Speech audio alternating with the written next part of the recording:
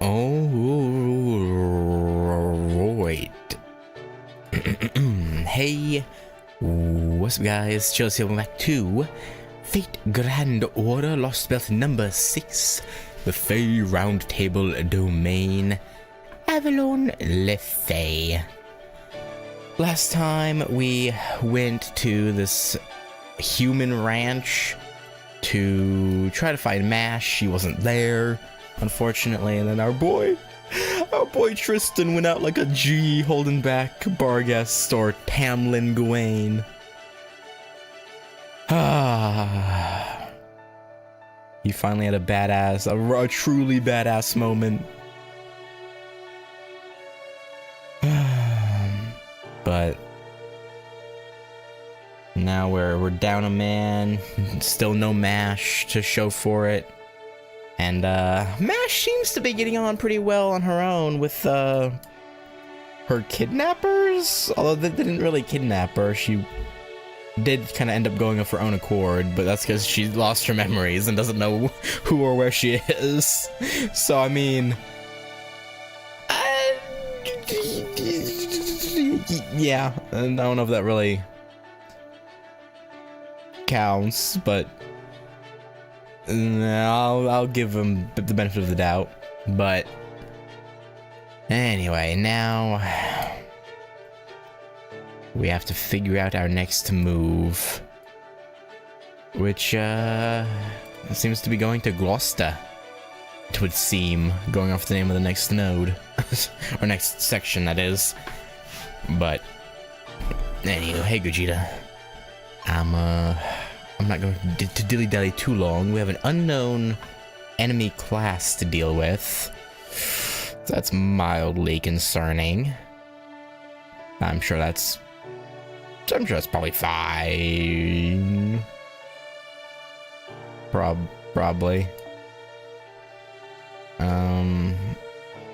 We should probably just play it safe and go for like a berserker, probably. Something that'll cover all our bases.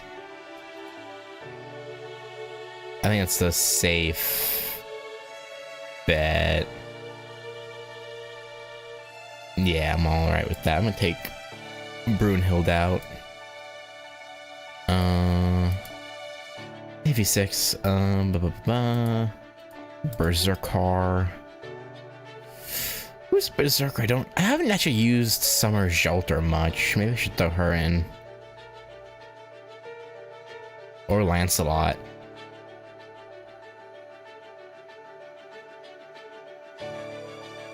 You know what? Actually, hang on, Lance. What's your... Yeah, that's the Lance in. Hey, Meridak. That should do. Let's put Castoria ahead of him, though. And this should do nicely, I think. Yeah, I'm okay with this.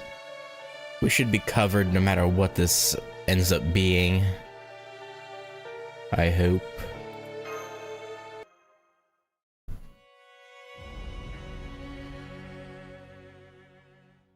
Unless it's, I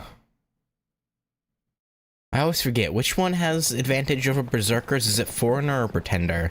I always forget. I think it's Foreigner. I see. Why is it in 4:3 ratio? What is this? So Tristan stayed behind. I guess it's a flashback, probably. He was a great knight. I don't know much about fighting, but even I could see that. So if that's what he chose, it must have been right. Yeah, I like to think it was. If only I was more capable, maybe he'd still... No, don't think like that. What do you want to do, Ritsuka? Do you want to go back to the ranch? There's probably not anything left of him by now, but you could at least mourn him. No. That's probably not a good idea. The whole ranch is in ruins now, and the Tamlin's already left. It should be safe to go back if you want. No, there'll be time to mourn after we find Mash. Yeah. I agree. Tristan didn't sacrifice himself so we could go backwards. True. He did what he did to give us a chance to move forward. We can always report back to him after we found MASH. I see. Forget I said anything then. Anyway, I really showed up just in the nick of time, didn't I? That's one of the many benefits of my royal charm. I get to ride in on a white horse to save the day. Yeah, white horse, right, not red. Yeah, I decided to move it up because I was like, you know what? I know myself. Will I really be able to stop myself from hitting the poles until tomorrow? And I was like, no, probably not.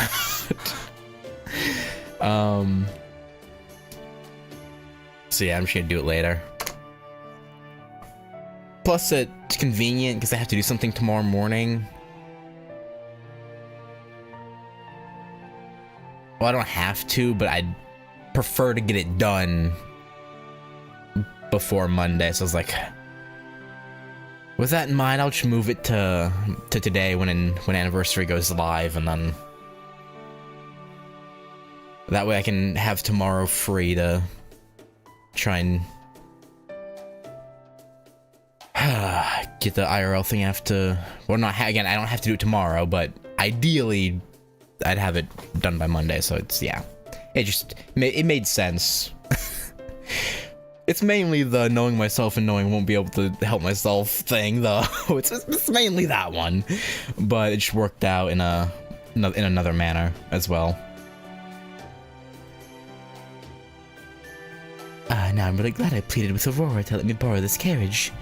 The only issue is... sure. Maybe there's some sort of problem with the color of my coat. Well, I guess it kind of looks whitish in the right light, if you squint. Yeah. Anyway, that's all I have to say about that. Huh. Thanks for cheering us up.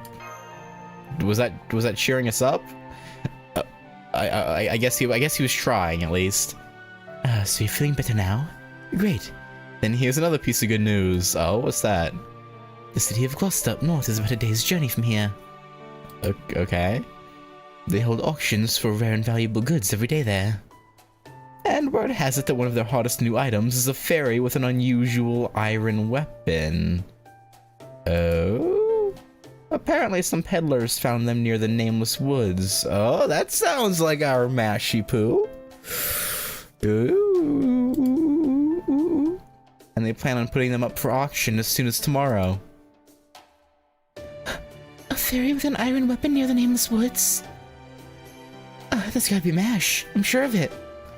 Then we've gotta get to Gloucester right away. I'm surprised they're selling her. But I guess that was what they were thinking when they were like, yeah, you gotta be the Child of Prophecy. Like, we'll sell the Child of Prophecy. Like, boom. Even if she's not actually it, we can at least pass it off as that.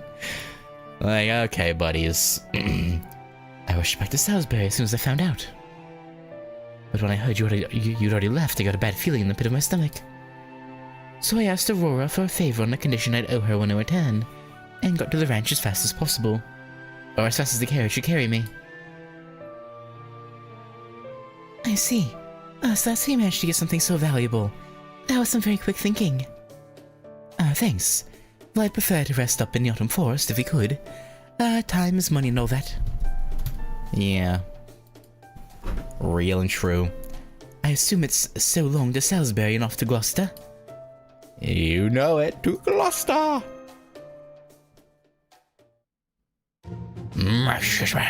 Heard I say something for a snort. What is it, horsey? We were just having a moment here, you know? I know, but I'm a proud fake horse. The most rambunctious and chivalrous stallion in all of Britain. So as a matter of principle, I can only entrust my back to those I've recognized as my master. I was willing to come this far on Lady Aurora's orders. But if you'll insist on going to Gloucester, well, I trust you see what I'm getting at. Carrots? A battle! Oh. Okay, fair enough. This is gonna be a rider then, eh? Fair enough. We can handle a rider right easy. We've got 2 berserkers and an alter ego up front. We can handle him right forthright. Fey Horse Redra Bit. Right. Of course. Redra Bit, for sure. Yeah,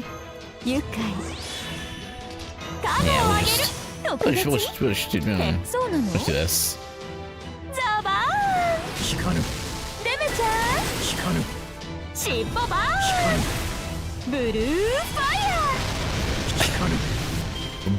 Blue fire and literally shoots blue fire, you know, fair enough. No lies were told. Alright, does she also have Ignore Invincible? No, only her saber form does. Sad.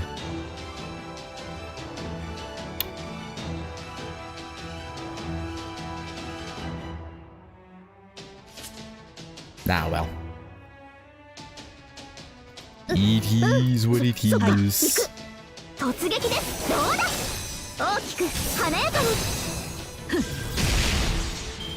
Just farm some NP gauge. Oh! Yeah, no, you're right. Defensive buffs. That would have been...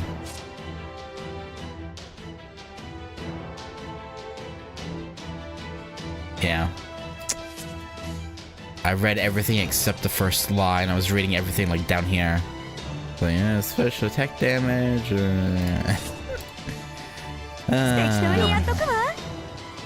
Now well.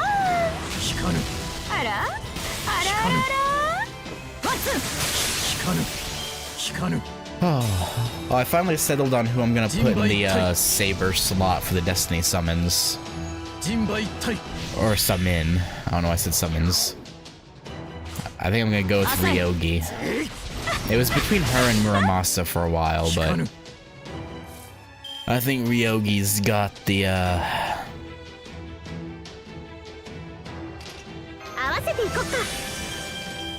position.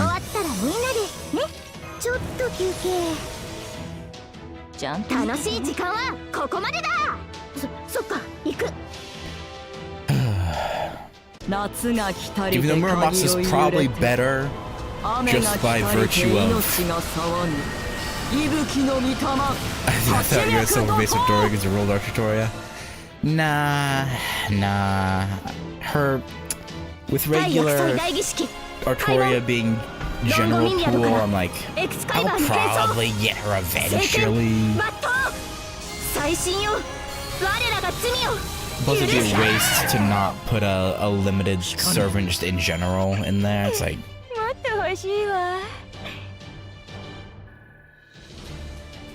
It just made more sense.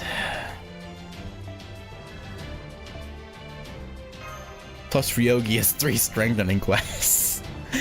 So, that's 6 free, Saint Quartz. Plus her max ascension, Saint Quartz, that's 9. Nah. Contract finalized. Now I'm amazed you took my secret technique in stride like that. You must be a fearsome warrior who's overcome all sorts of harrowing ordeals. Very well. From here on, my legs are yours to command. As long as your path isn't unsavory, I'll take you wherever you wish to go. If this Fey horse is the best she had to offer, maybe Aurora isn't as well liked as we thought. What?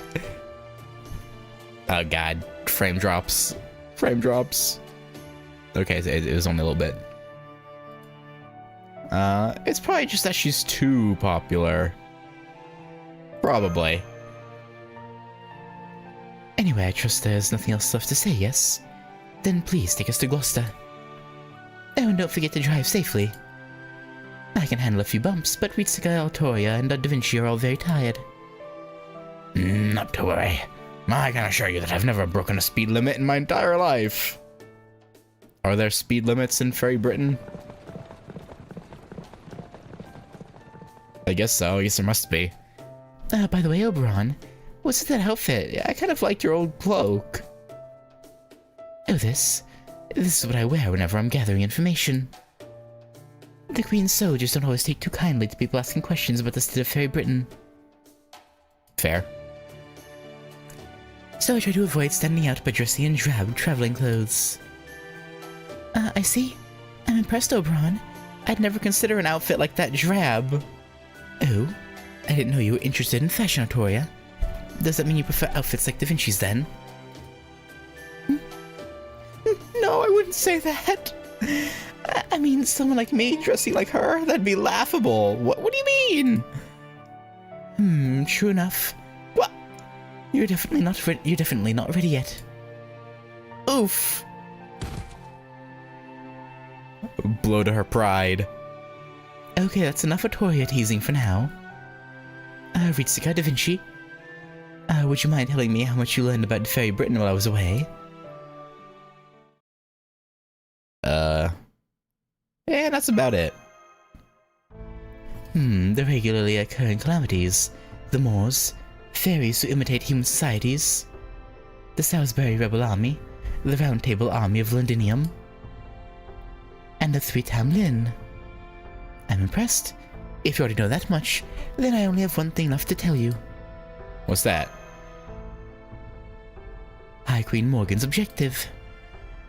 As you know now, she's been inscribing command spells into fairies, levying magical energy from them as an existence tax, and ending the lives of any fairies who aren't able to pay up. Well, it turns out she hasn't been running such an impressive regime for the last 2,000 years, just to maintain her rule over Britain. Okay, what's it been for then? Her real objective in this is to attack proper human history and transform it into a land of fairies. So she's known about proper human history for 2,000 years? That doesn't...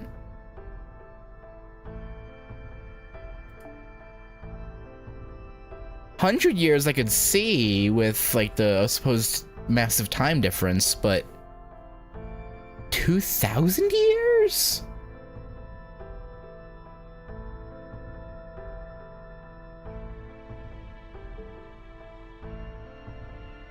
That doesn't seem right. Turn into a land of fairies. She wants to expand Fairy Britain to encompass the whole planet, overwrite proper human history entirely, and turn the Earth into one giant British Isle. Dear God. So, what you're saying is, like, 17th century Britain in general? Just with like maybe like 30% more land.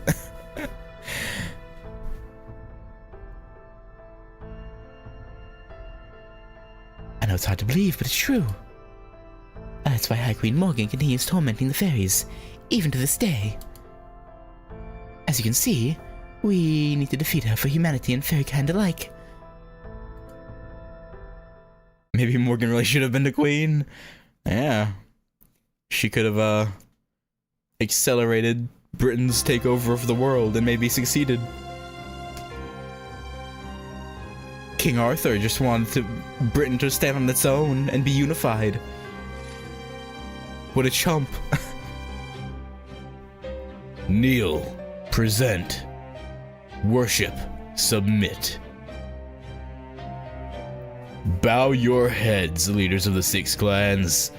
Bow your heads, sturdy ambassadors, 100 officials. You are in the presence of High Queen Morgan, the ruler who expands our boundaries, upon whose shoulders all of Britain rests. Hear her words and obey. Hey, I mean Morgan. The same faces yet again. How terribly dull. I offer you neither absolution nor salvation. Remember always that all of Britain, down to the smallest pebble, is mine. Without my protection, the land of Fae would not see the next sunrise. Yes, your majesty, we are ever your humble servants. All of our time is yours. Our loyalty to you will never waver. Uh-huh. Humph. Very well. You jesters may stand against the wall. I will now allow each of the clan heads to speak. What have you to say?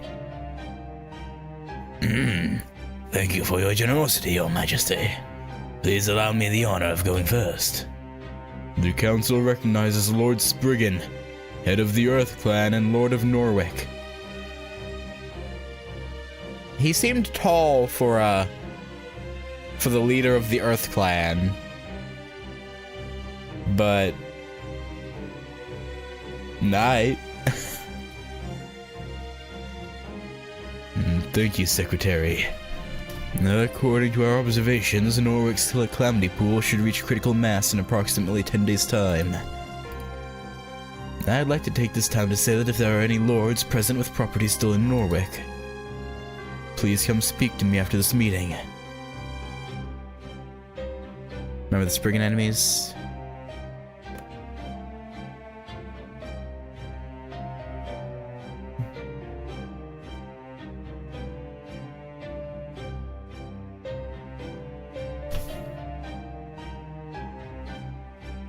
Yes. Are they like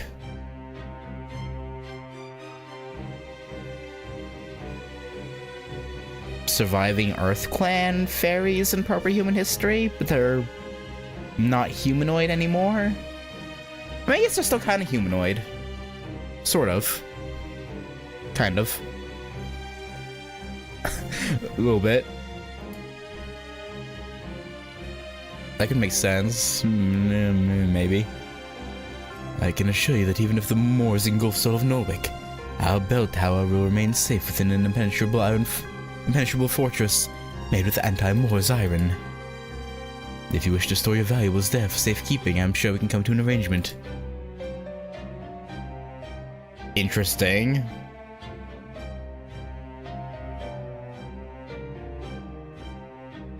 What a fascinating design. It sounds to me as though you don't care if your entire city disappears, as long as your money stays safe. The council recognizes Lord Woodwose, head of the Fang clan and Lord of Oxford. My request remains the same as ever. Your Majesty, I urge you to take this opportunity to expand your army. The Moors continue to grow in number every year, and these Round Table army upstarts need to be dealt with. So I must ask that you increase your human shipments and assign more humans to the barracks. Oh, does this mean the Fang clan alone is no longer up to the task?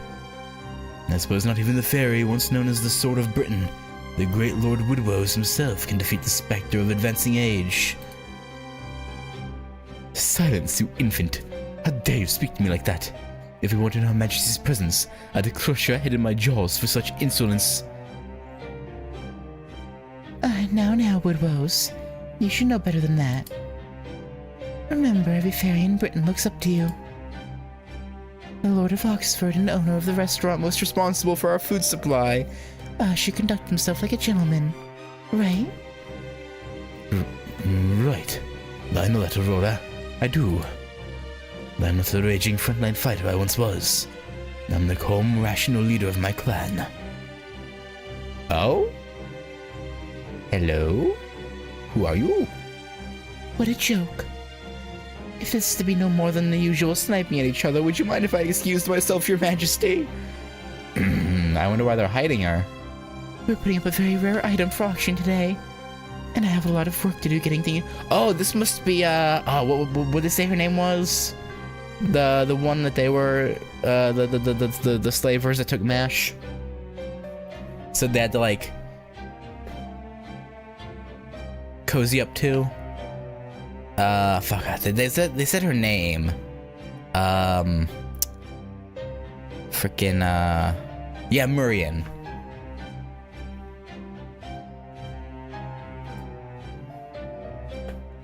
Oh, yep, there. Okay. The council recognizes Lady Murian, head of the Wing clan and Lord of Gloucester.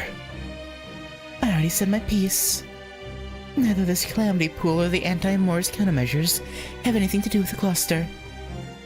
So if all of you twisted fairies want to do is argue with each other, by all means do so. Without me. Then again, Norwick has sent us a good product lately, so I suppose we can offer our aid, if only a little. Do give my regards to Count Pepperell and Spriggan. Let him know that if he ever decides to move to Gloucester, he'll always have a place here.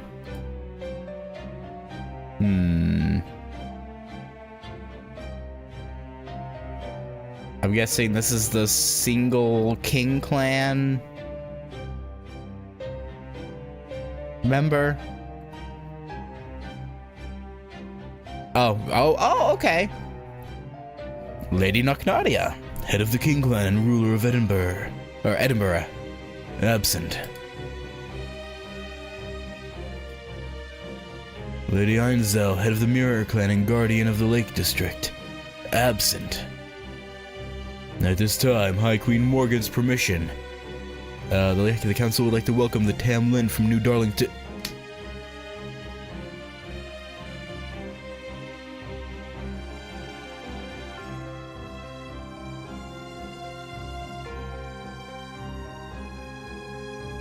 What do you mean, no reaction?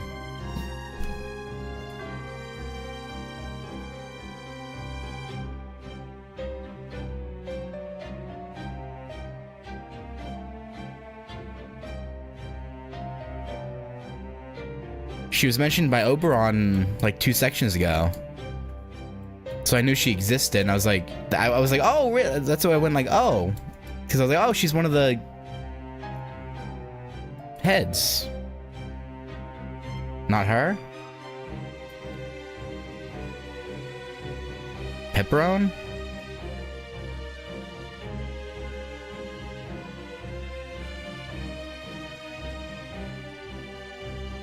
Is it actually meant to be pepperoncino? I kind of just assumed it was just a similarity.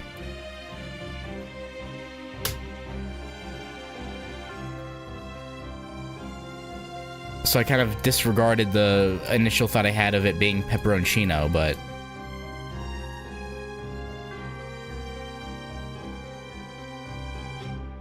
Unless you're referring to someone else, but I have no idea what else that could mean.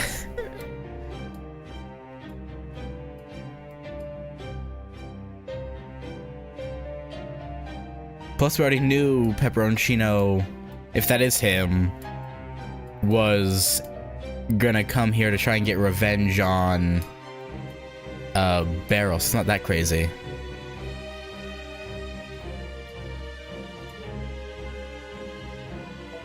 At this time, and with High Queen Morgan's permission, the council would like to welcome the Tam Lin from New Darlington.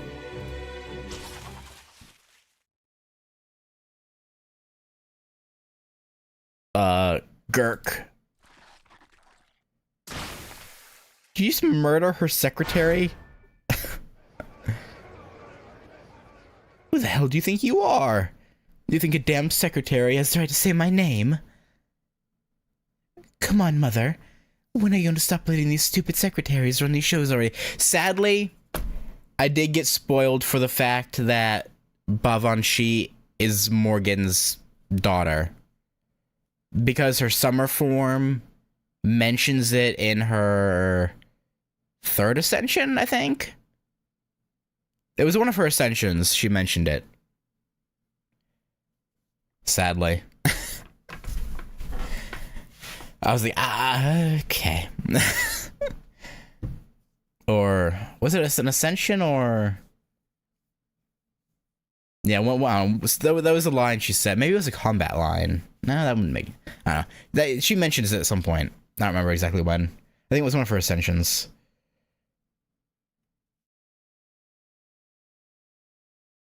Yeah, she mentions being like the heir to Fairy Britain or something. And then I was like, I think during the recording, I was like, I shouldn't think too far into that, but I did think far into that. Actually, I did think into it. I was like, there's only really one option as to what she means by that.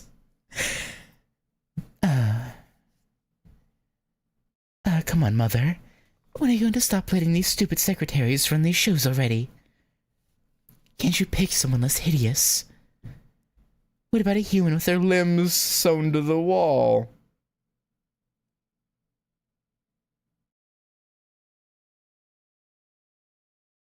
Or one who's been put to the guillotine?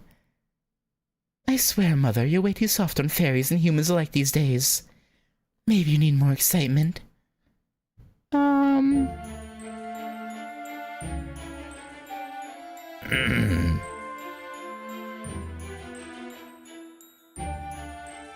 Huh? Why so quiet all of a sudden? Isn't it your job to kick up a fuss when something unusual happens? I think they know better than to, say anything against you. If you can't even do that, you don't deserve to live. Would you all rather die to my string instead?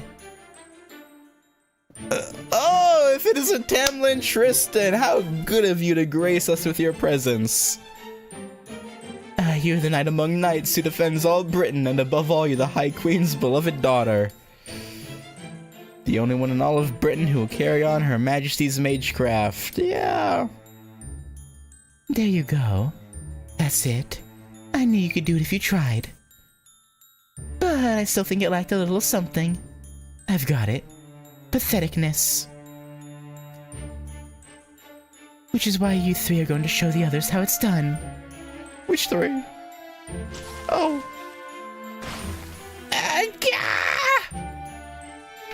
Bit rude. My feet, my ankles, they're gone! Go on, jump. Let me see you hop around on those little stumps. Alright, you're not supposed to spill blood here, and you three are getting it everywhere. Ugh, so rude.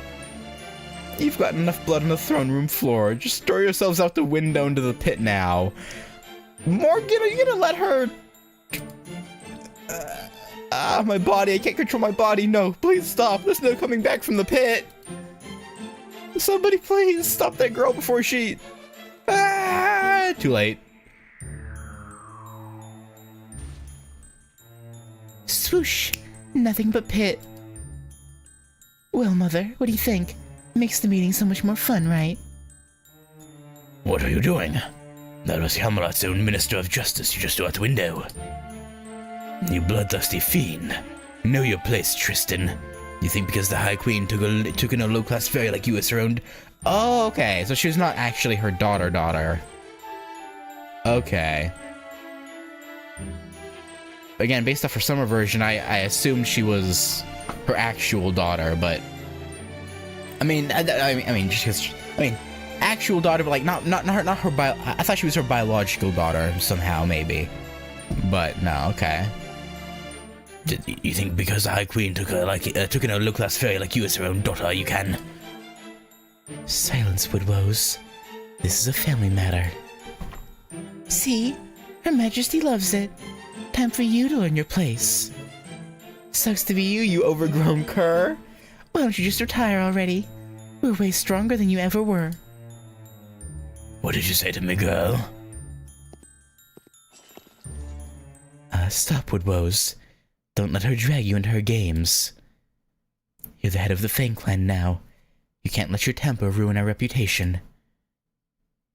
Oh, great. Lady Gawain the hard-ass. You're thinking about and etc. still be doing it? I mean, maybe not to the same degree, but I thought she may have had one or two, especially, again, given the summer Bavanshi line of being the heir to... I don't remember exactly what the line was, but I know she says something about being the heir to, like, Fairy Britain or something. Oh great, Lady Gawain the hard-ass. A little more dullness to round out this boring meeting. You're lucky she showed up when she did, old-timer. Just wait, and I'll take your feet next time. Give us your report, Gawain. What transpired at the ranch in the south? Yes, High Queen. Some rebels calling themselves the Round Table Army managed to take control of the ranch. The guards you entrusted with staves were captured, and all of the humans attempted an escape.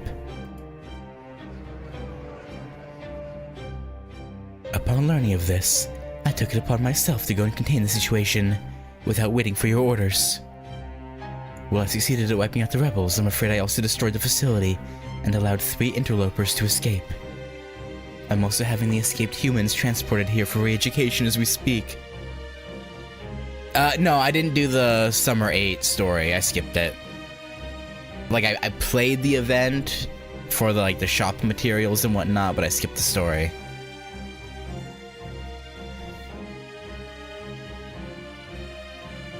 High Queen, I'm prepared to accept whatever punishment you deem fit for me.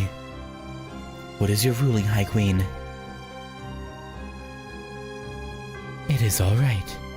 In light of your accomplishments at Sheffield, I will overlook your failure today. Lift your head, Gawain. I planned to demolish that ranch in any case. Oh. While you did take it a bit too far, you've ultimately saved me the time of mobilizing the Earth Clan. Now, is there anything else you have to tell me? Yes, Your Majesty. One of the interlopers was a human you've told us about before. It was the Master from Proper Human History.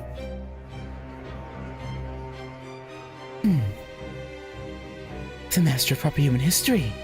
Then Barrel Gut was right. There's more. One of the fairies accompanying the human appeared to be from Fairy Britain. From what I could tell, she seemed to be about 16 in human years, and she used the same kind of magecraft as you. She what? What are you saying, Gawain? You don't think that fairy is a child of prophecy, do you? The child of prophecy is no more than one of Einsel's delusions. High Queen Morgan is Britain's one and only ruler. How could you believe such nonsense like a common peasant? You're a servant of the High Queen. You should be ashamed. Oh, quit yapping, you goddamn mutt. Now, Lady Tristan, you can't blame Lord Woodrose for being upset. The child of prophecy is also connected to the Tintigel incident after all. You know, the coastal village that was harboring her? Well, Lord Woodrose there is the one who razed that village to the ground, though it seems the child herself escaped him. Apparently there was a girl of about 16 with long golden hair who managed to break through the blockade of Fang Clan fairies surrounding the village. The soldiers who witnessed it said she fought like a raging storm. They also called her the girl who uses magecraft, the Queen's second coming, and High Queen Morgan's daughter.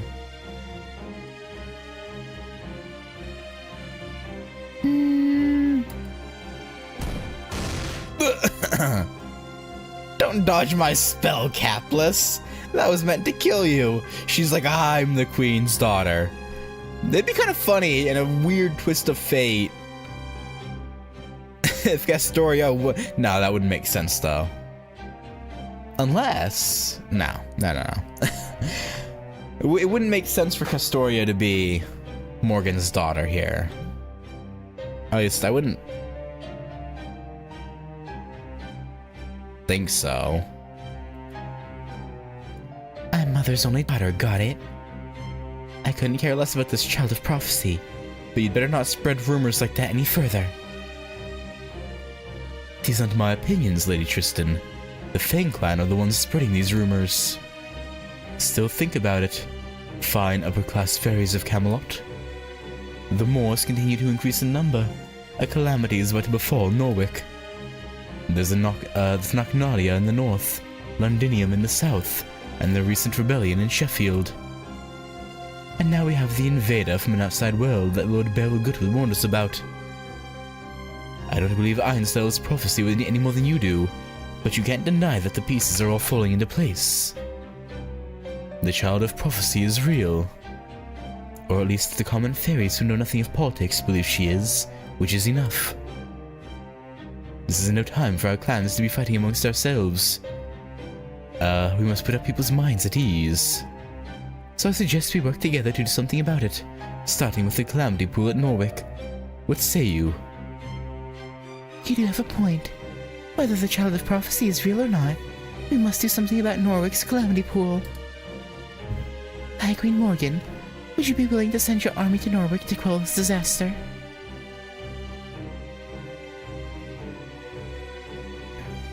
Yeah, I accidentally pressed something and I'm concerned.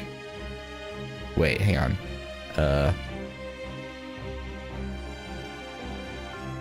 I think it's probably fine.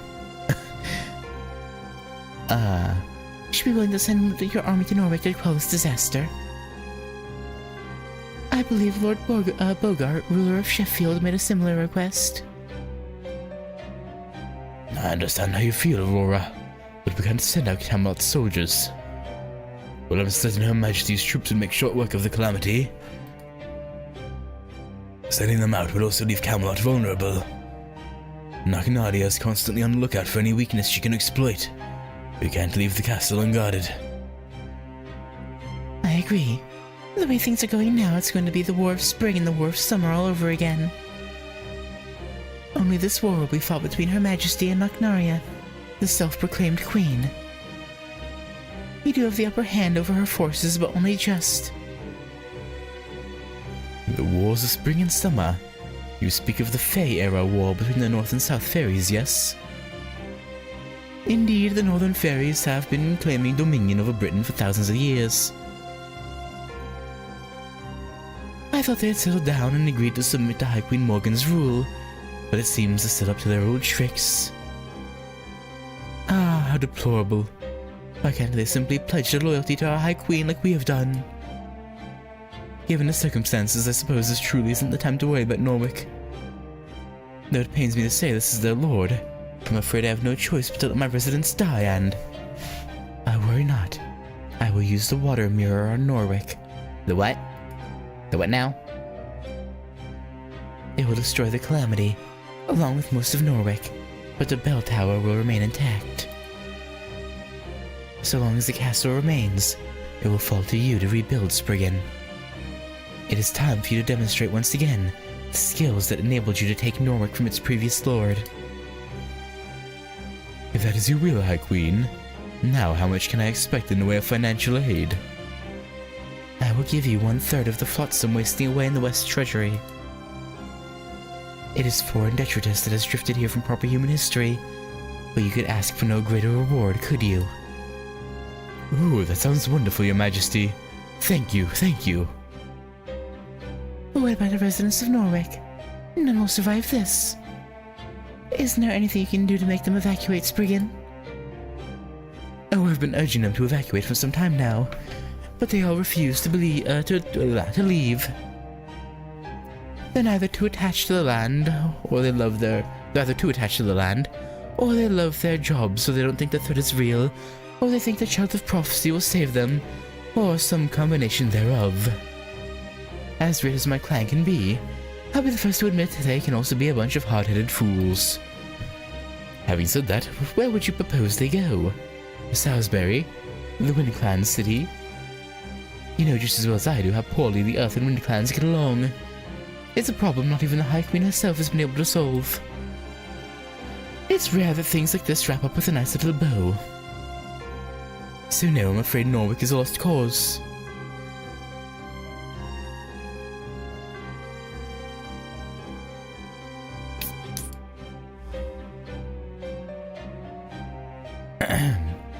Why don't they come down to my... Barrel? Why don't they come down to my place? I'd be happy to take in any poor refugees looking for a new home. I mean, I guess they did call him Lord Barrel, so I guess he was probably given land. That's just the kind of place New Darlington is. Ain't that right, Lady Spinell? Right, you are, Red Barrel. I didn't know you were listening in on this Bornhold meeting. Okay, I had this thought before. Is she the one he's shacked up with? We haven't met any other princesses, I guess, so she would have to be, but I don't know. Something about that seems wrong. I don't know. Now, my fair lady, don't be like that. There's nothing boring about it. These clans have agreed to put aside their many differences and focus on what's best for Britain's future, you know. You won't find a more entertaining show anywhere in the country. Not that you'll find any other show in this country either, but still. I've changed my mind. Lady Aurora, let's arrange a time to discuss the particulars of evacuating Norwick's residents to Salisbury. He's like, I don't want them to go anywhere near these two freaks. Once this meeting is concluded, whatever our differences, I'll gladly take that over subjecting my fellow fairies to the National Slaughterhouse Theater. Oh. These problems concern Fairy Britain, and we fairies should be the ones to resolve them. Oxford will be glad to take in the refugees as well. Will I understand how many rules the Earth Clan's smithing breaks? That doesn't mean I'm about to send them to a needless bloody death. Gloucester's neutral stance remains the same as always. Our doors are always open both to refugees and to fairies who are tired of being beholden to their clan's customs. Huh? What, now you guys are all buddy-buddy? I guess you must really hate me, huh? Man, that makes me real sad. You think High Queen Morgan's for...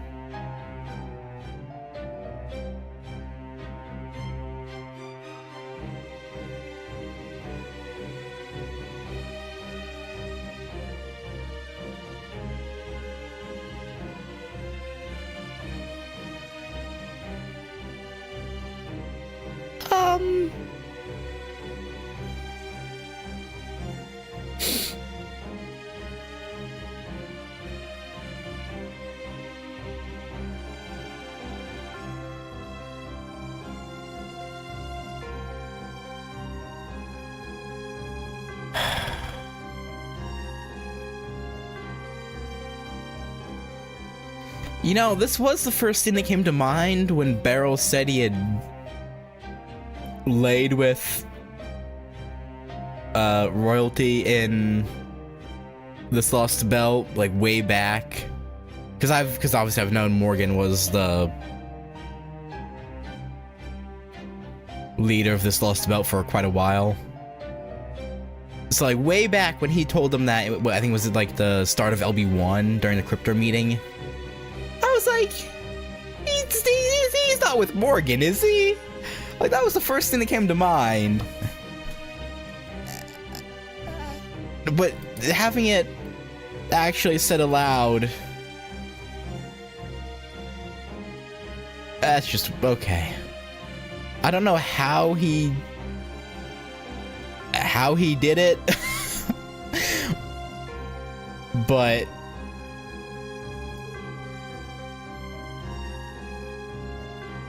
maybe Morgan's just that easy. I really don't think she would be. Man, that makes me real sad. You'd think High Queen Morgan's first ever boyfriend and future King of Britain would get a little more respect. Right. Yeah, Beryl. Hurry up and marry Mother already. The most powerful fairy in all Britain marrying a human. Freaking hilarious. Well, he's also part werewolf, isn't he? So, I mean... And then you'll marry me next, right?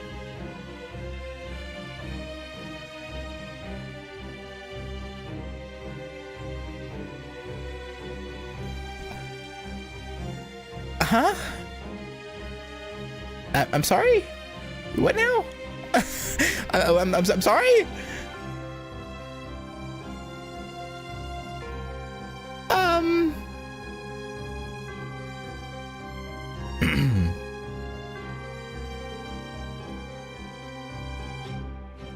Isn't that what you humans do? Marry as many people as you like?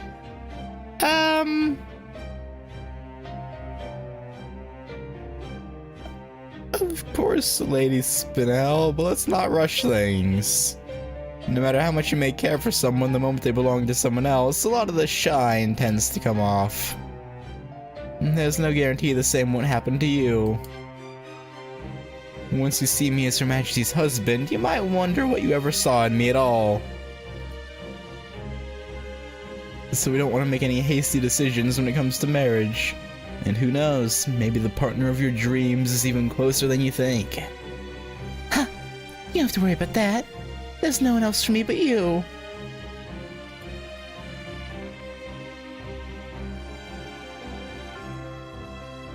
Okay.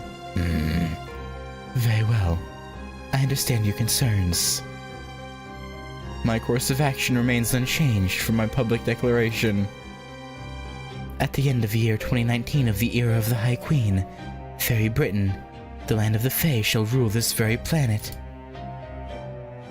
The walls of light that surround the British Isle will disappear, and our world shall overwrite the wicked world that lurks outside. Once it does, you shall all be free of the calamities, and a new age shall begin. I shall build a new land of fairies, and your clans shall die to serve as its foundation.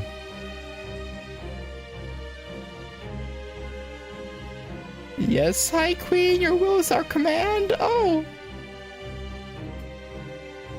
Humph. Then here's my decision. Nothing need be done about the calamity pool in Norwick. So you will not advise its residents to evacuate. Regarding the Child of Prophecy, I'll consider the threat she may pose to my rule. Furthermore, once the invaders from proper human history Beryl Gut spoke about are found, they are to be captured and brought here alive. There is something I'll have them tell me. If the Master Gawain Saw is also accompanied by the Child of Prophecy, so much the better. Woodwoes, Spriggan, Murian, and Aurora. You're all to assemble a team and begin your search at once. I want to see these rebels and invaders brought before my throne. Whichever clan brings them to me shall be rewarded with 500 acres of land. This meeting is now concluded. Clan heads, you're dismissed.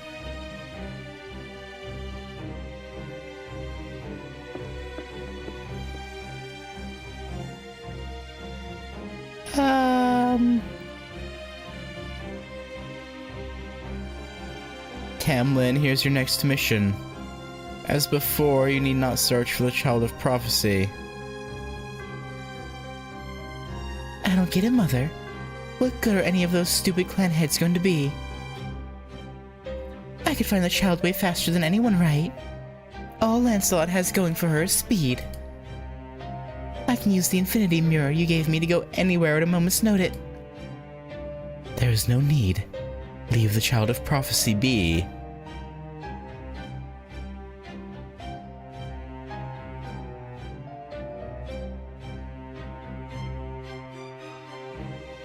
Huh. I'll send word of my edict later. The rest is in your hands, Tamlin Gawain.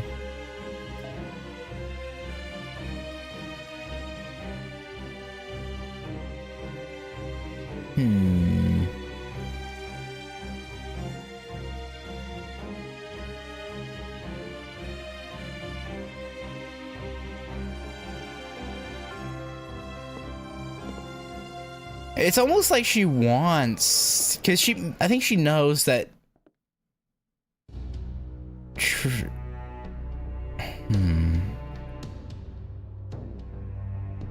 I feel weird calling her Tristan, but for the sake of current canonical names that we know them by, Tristan, I think she knows that she'll go too far and maybe end up killing the Child of Prophecy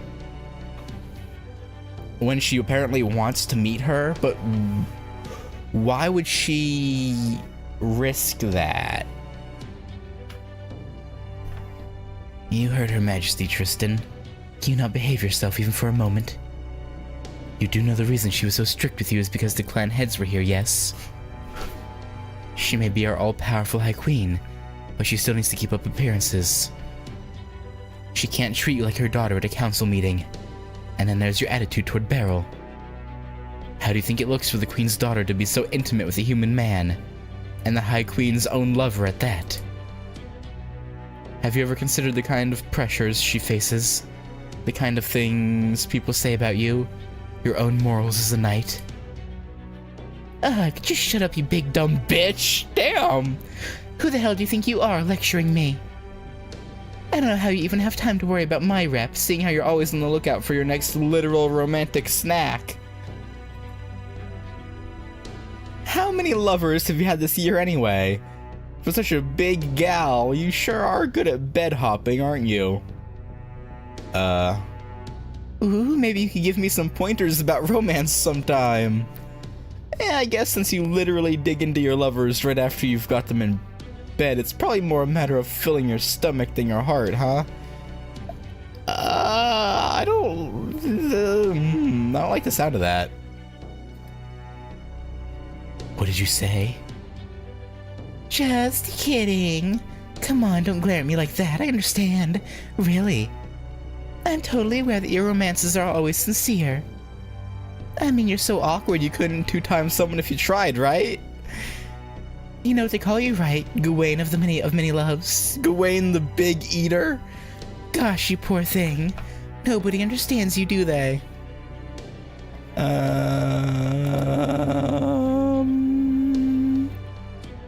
They have no idea that you only jump into bed with those you really genuinely love.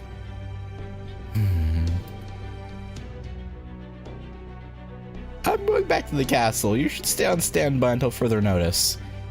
Yeah, Gawain, maybe you shouldn't eat the people you are with. Then you wouldn't have to worry about finding a new love every other day. But, I don't know, maybe it's a compulsion. Maybe she can't help it. Like a praying mantis, it's just instinctual.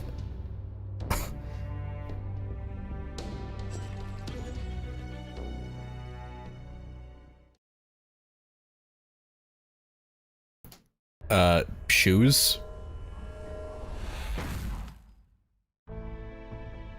Okay. I guess she likes having multiple kinds of heels. Ugh, that meeting sucked. So hard. I didn't get to spend any time with Mother again. And Woodrose's stench was the worst. There's nothing more foul than old game mixed with bad cologne. Spriggan's fake-ass smile made me want to puke. Murian's goody-goody act was so transparent. And Aurora's the worst of all. Ugh, I wish I had a good excuse to rip her to pieces. Man, I hope she slips up soon. If she just act against Mother, I could wipe her and her stupid Salisbury out all at once. Hey, are you even listening to me, Beryl? Huh? He's not here? He was right by the mirror a moment ago. Oh, I see. He must be down at the theater. Slaughtering people? They're doing a show with those humans we captured over there today. So they make the humans fight each other and the last one standing gets to live. What do you call it again? Gladiatorial games? I used to think it was a pain in the ass, but it's actually pretty fun. Especially the very last part when you tell them the champion gets to go free and stuff, but then they don't actually, you kill them anyway. Idiots, as if that would ever happen. Ah, humans really can be so entertaining. Then again, I guess this really isn't the time to be laughing. I know what Mother said, but I can't just let this go. Who does this child of prophecy think she is anyway? Everyone knows I'm the only one who uses magecraft besides Mother. She's only got one daughter, and it's me. No way I can let trash like that live. Ugh, this is pissing me off.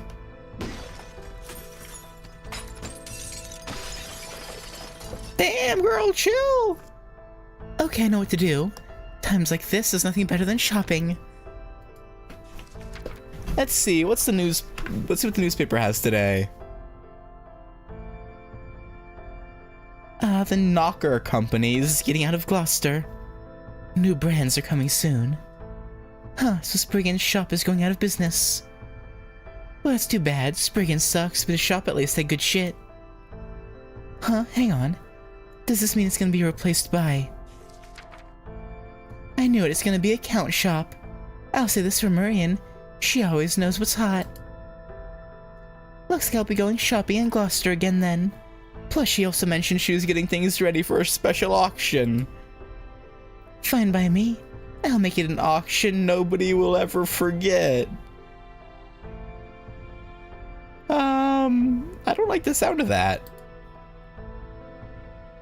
I don't like that. It almost makes it sound like you're gonna murder a bunch of people at the auction. Or murder the thing being auctioned. Which... That was an hour, almost. Just barely. And it was one node. Good God. Okay.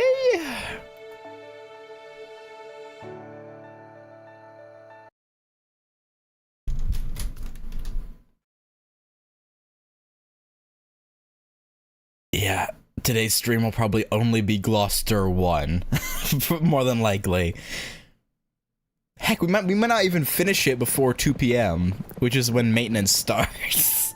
If at least 2 of the other nodes in here are as long as that first one, we're not finishing this. Look, Ritsuka. You can see the city off in the distance now. It might have taken us a whole day, but we're almost to Gloucester. Yep. And now that we're here, we shouldn't have to worry about the Queen's soldiers coming after us for a while. Gloucester belongs to Murian, the head of the Wing Clan, and fighting is against the law here. She doesn't pick fights with any of the other clans, and she's not completely under Morgan's thumb either. Well, it's a battle node, so I don't know about that. As far as Murian's concerned, this is an autonomous region that just happens to have diplomatic relations with Fairy Britain. That's how she tells it anyway. Is that why Morgan's army won't attack here?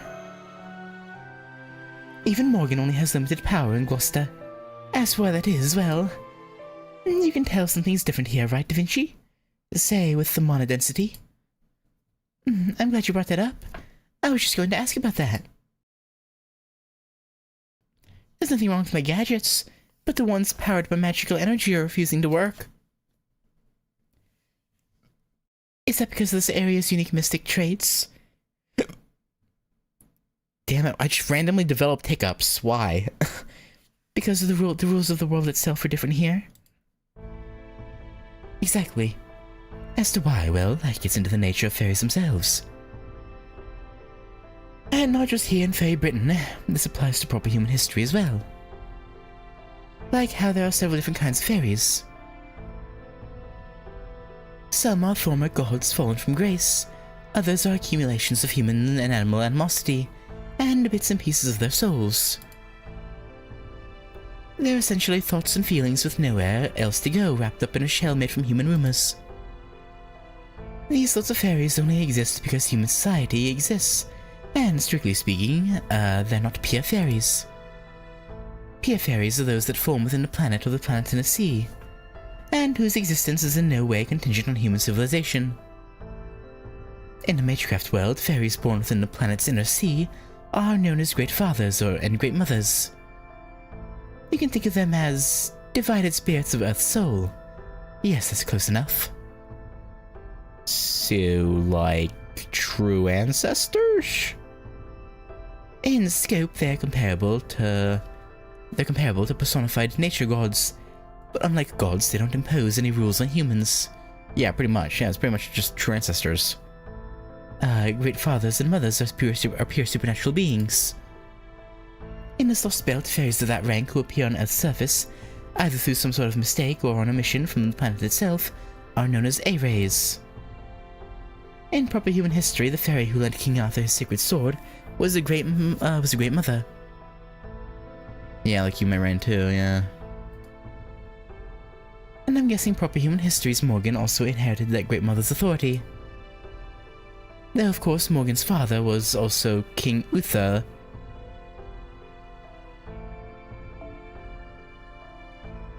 Well, that's talking about proper human history.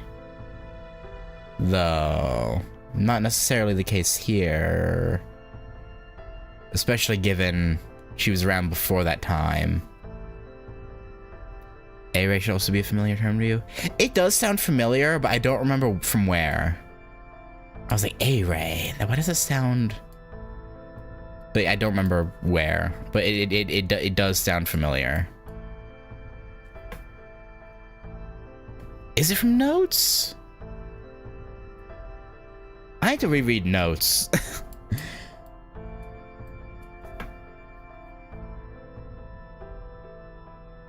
It was the term for animal-human hybrids from notes.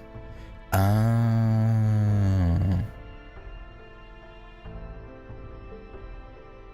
I see.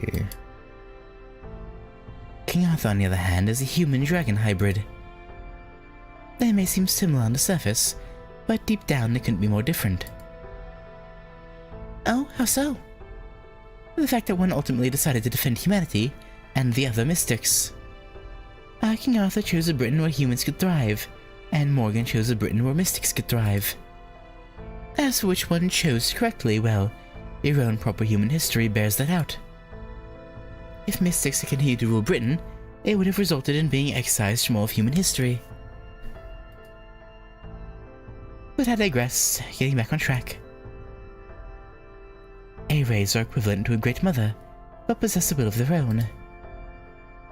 They have a unique ability to remake the world around them, according to their inner truth, or rather their essence. This phenomenon is called a Fey domain. It's a grand mystic that only very powerful fairies possess. And A-rays generate descendants, or terminals if you prefer, simply by existing. These descendants are called forest children and stone children, and they're the majority of fairies in Fairy Britain. These descendants may have only a tiny fraction of A-ray's power, but that doesn't change the fact that they're descendants. LB6 kind of implies that the A-rays from notes were probably created in an attempt to fix the planet as a form of artificial fairies.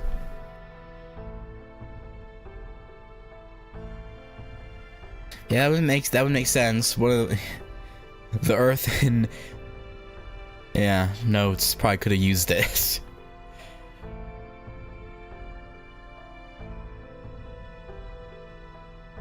But if they did that, would that not have also led to what Bait Morgan's basically trying to do here?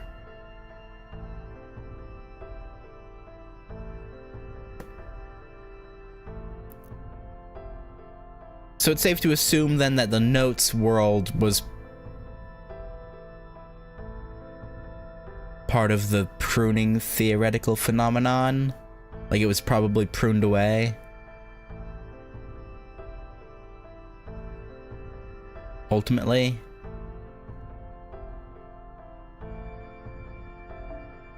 And some of these descendants have more A-ray blood in them than others.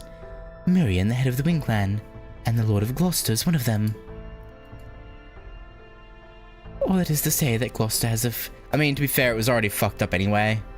So, probably would have been pruned either way. Even without becoming...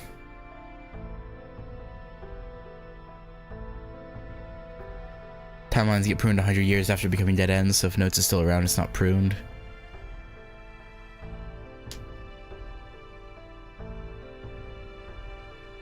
I don't remember what... Because Notes, from what we read, takes place in 99, right? Did it say when...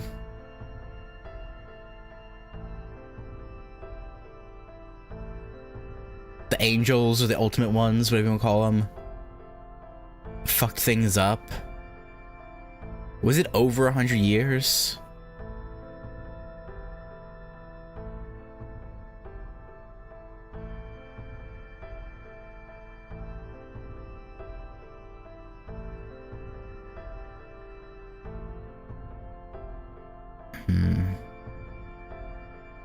Yeah,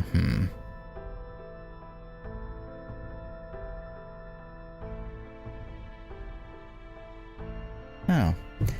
All it is to say that Gloucester has a Fey domain that can be quite a pain in the neck. A domain that takes Mirian's temperament and mischievous nature and turns it into a law that denies strength itself. A law that denies strength itself, so the weak becomes strong and vice versa? It did behave like that for a time, but now it's a little different. These days, nobody's allowed to bring strength achieved through training into Gloucester.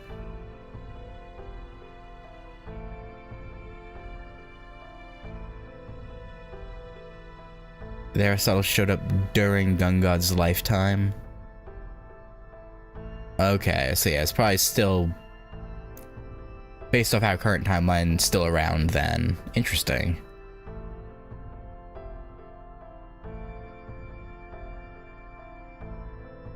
Knows it's being strength through chief through training into Gloucester. I can't tell if that would work in our favor or not. Because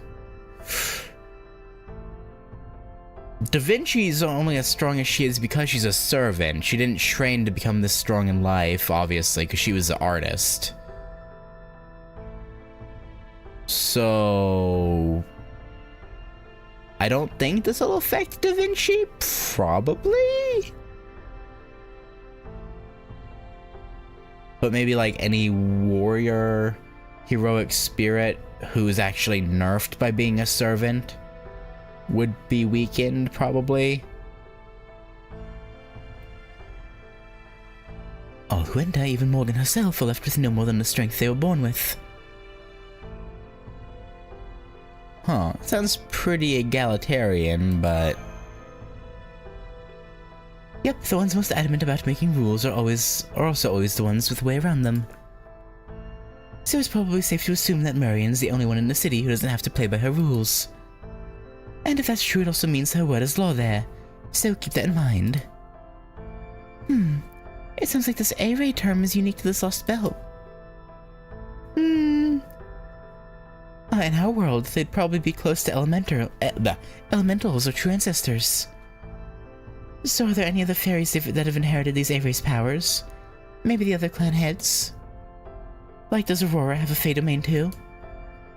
No, she doesn't. Most fairies with that kind of power end up being excluded from their clans. Sometimes they're outright ostracized. Other times they're unable to control their own laws and end up falling apart. Yep. Of the 6 clan heads, the only ones who can impose their Fey domain on others are Murian and Knocknaria. Most of the other domain holders fall apart and become ghosts wandering the countryside. They're called night calls, and depending on how you look at them, they can be even scarier than the Tamlin. That sounds not very promising. Okay, everyone. We're almost to Gloucester. I know it's a surprise, but I'm actually a member of the Fang clan, so I'd rather not go inside if I can help it. I'll be camping out here while you do your business, so just call for me when you're ready to leave. And just so there's no misunderstanding, let me be perfectly clear.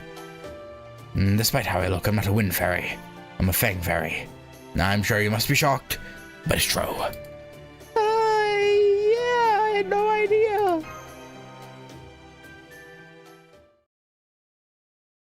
Yep, nope, not at all. Not like you hadn't mentioned it like twice already. Okay, let's split up. Actually, probably like 3 or 4 times now. I'll go with Da Vinci, and Ritsuka will go with Artoria. The auction will be held at night, so kill the time however you like. Anything goes in Gloucester, so you'll find a lot of fairies living up here. You still have that money you earned in Salisbury, right? Well, you can use it here too, so don't be afraid to cut loose. Girls will have to go shopping together, right? Well, now's your chance. What would this line be if I was male Ritsuka? Now I'm kind of curious. Like, would he say something like, a girl needs a guy to carry her bags when shopping? or something like that, maybe? Well, now's your chance. So how about you, Da Vinci? Is there anywhere you'd like to go? We could go to a cafe, but personally I'd recommend the Warped Observatory. It's so dizzying it'll make you want to throw up. Sounds like fun. Oh, Fort, he's already headed there. Why'd he even ask in the first place? Anyway, I know this is short notice, guys. But are you alright with this? You are? Okay, I'll play along then. Yeah, I'm sure it'll be...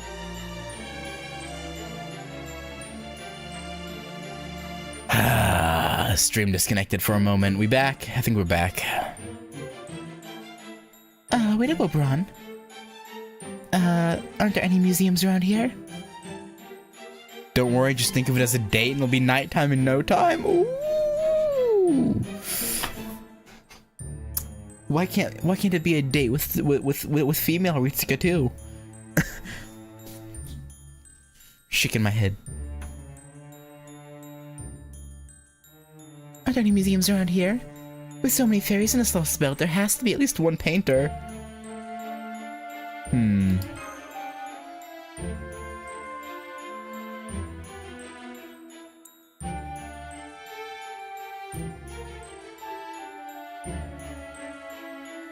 Well, for the time being, shall we get going? I'm considering... After I'm done with this section, I might change to male Ritsuka and go to the materials and redo this scene.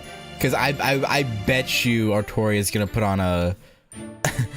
an embarrassed face. I could bet you, hearing the date line. Like, she must.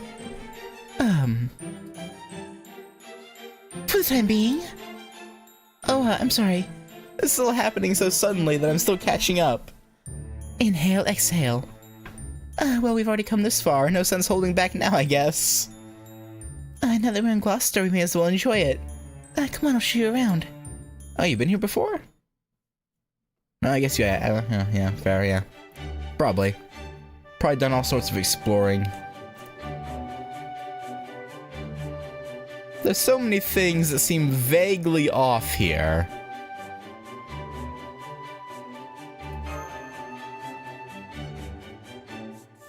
It's very strange, isn't it? I felt the same way the first time I came here, too. Far away things look big, Close things look tiny. Sometimes there's pink rain, sometimes the main street is covered in rainbows. Sometimes boys become girls and girls become boys. Interesting. Basically, it's a whirlwind of constant change. The last time I came here, you became Arthur for a moment. I got 0 out of 10 in a princess pageant. Oof. I'm sorry, Artoria. That's rough.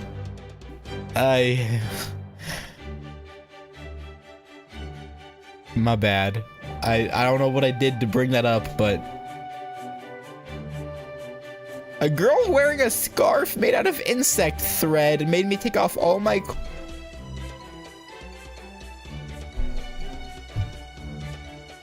I'm getting annoyed with my internet. I don't know why it keeps disconnecting.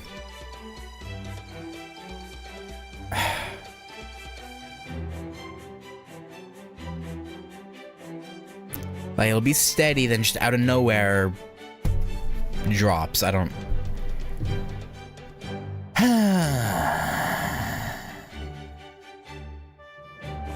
Nah, I don't know.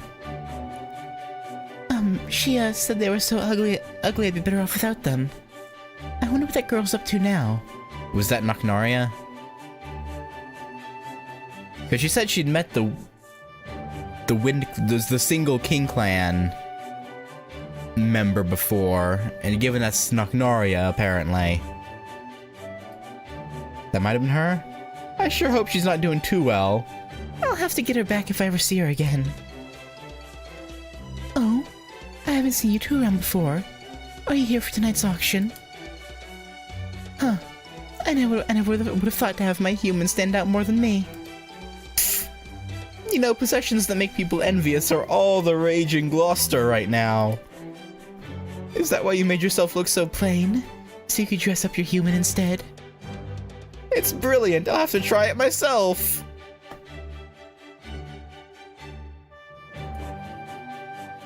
Yeah, something like that. Poor Toria. I like your outfit. I think I'm starting to see what the deal is.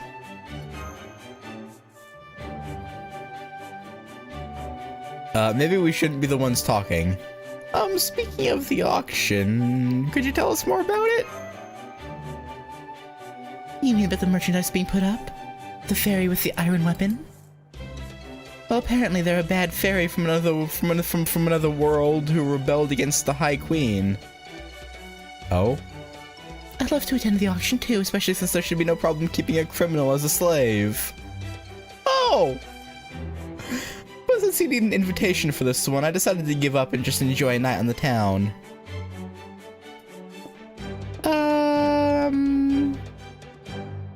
I'm sorry, I know I should have been the one to ask, but I just kind of froze. You're fine.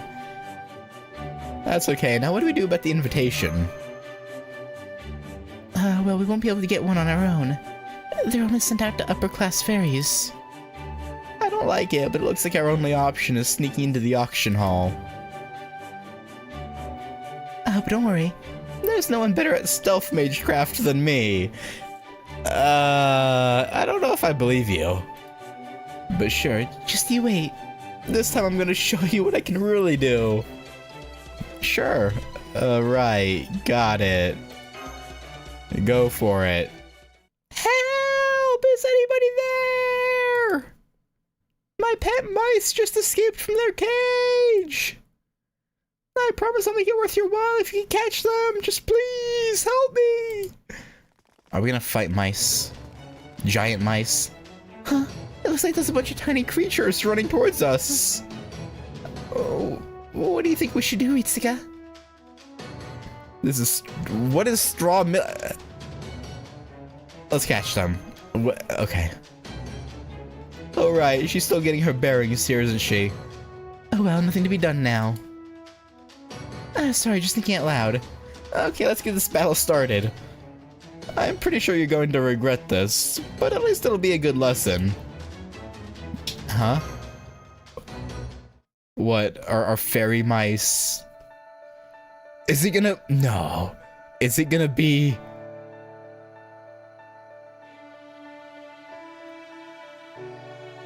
what I think it is? In this quest, battle, all service levels are forced to go down to level 1 due to the effects of Marine's knowledge of the outer world. Oh, I've heard that anecdote before. I didn't know it was called Straw Millionaire, though. Okay. No, it's a rider, though, so it can't be the rats. Because the rats are casters. Well, no rats. Unfortunately.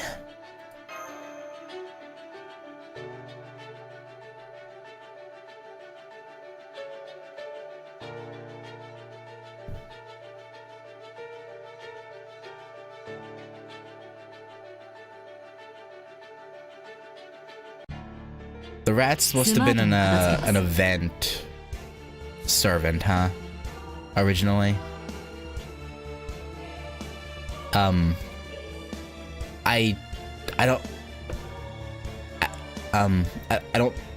don't think those are...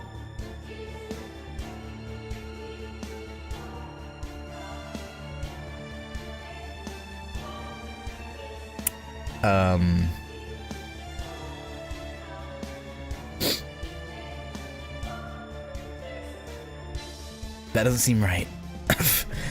That doesn't, that doesn't... I don't think those are... Sure, okay.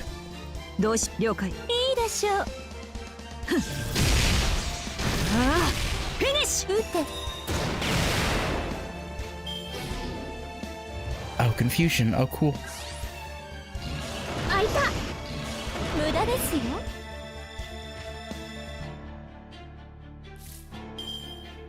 These don't seem like mice. Maybe I'm being micist, though. Oh no. What do I know? Yeah,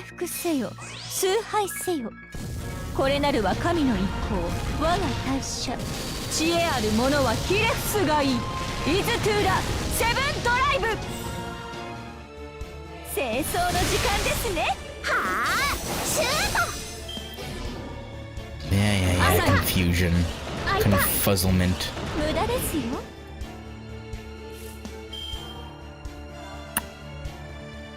It's annoying. You know what?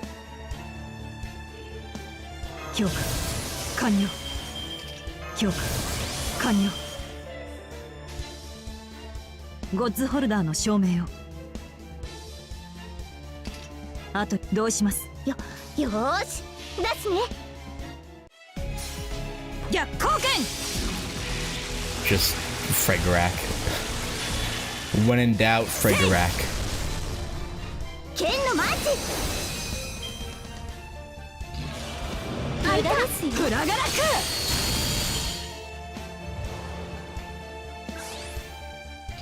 無駄ですよ。フラガラッ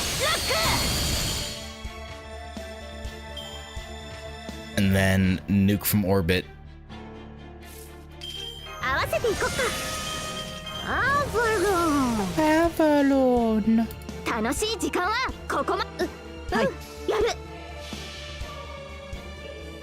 Hopefully, Noble Phantasm just kills the front one. So that way the follow-up attacks kill the other one, please. 最新よ。 Pretty 我らの please. 罪を許したまえ。 It didn't. Oh, it did. 突撃です。どうだ。 Okay. 浅い無浅い駄ですよ。 Fighting at level 1 is, いいでしょう。 feels weird. 剣のマーチ。飛んで弾く。 So little damage 戦闘終 output. 了。次は普段の私でお願いします。 Okay, Rider gems, secret gems. At least I got a decent reward out of it. Those were mice? Big things seem small and small things seem big. That's just what happens in Gloucester sometimes. Now do you understand? Thanks. Weirdos with too much time on your hands. Here you go, a generous coupon. Now, if you'll excuse me, I'm gonna go make a bundle with my mice here. Later. A coupon, huh? Let's see. Knocker Company Surprise and Security. Oh wow, it's for S&C. Do you know it? The Spriggan and Capless, I mean. It's Fairy Britain's very first Department store. Grandpa told me about it. This is great. And look, according to the map, it's not far from here. Come on, Ritsuka, let's go check it out. Okay, sure. Whatever you want, I guess. Looks like it's already gone out of business. Some generous coupon this turned out to be. You piece of shit. They're already building another store in its place, too. It looks like it's just called Count. I've never heard of that one before. But I can see they've got shoes, bags, hats, dresses. Oh wow! Everything on display looks amazing. They're trim and shiny and elegant all at once. I bet they'd be so much fun to wear. I bet those boots would look absolutely perfect on you, Ritsuka. Just look at that brilliant blue color. It's so neat, so clean, and so clear, it feels like you could lose yourself in it for days. Huh, not bad.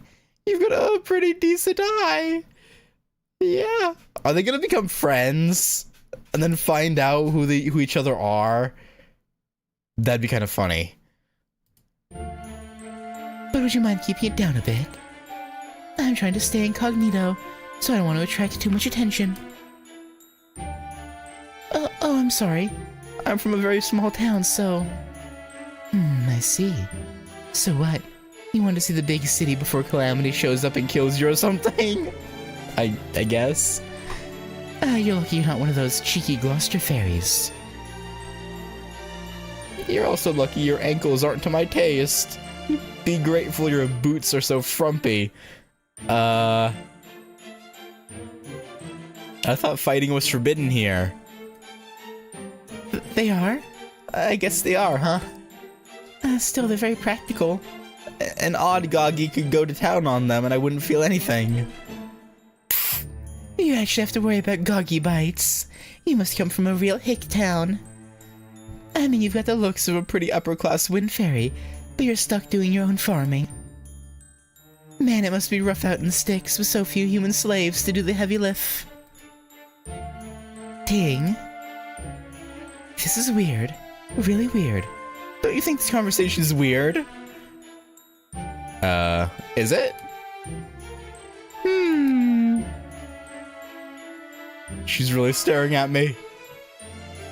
No, I don't think so. It's just neither Ritsuka nor I are used to dealing with city fairies, so... Not used to them, huh? I see, so that's why you're not scared of me. It feels like there's more to it than that, though.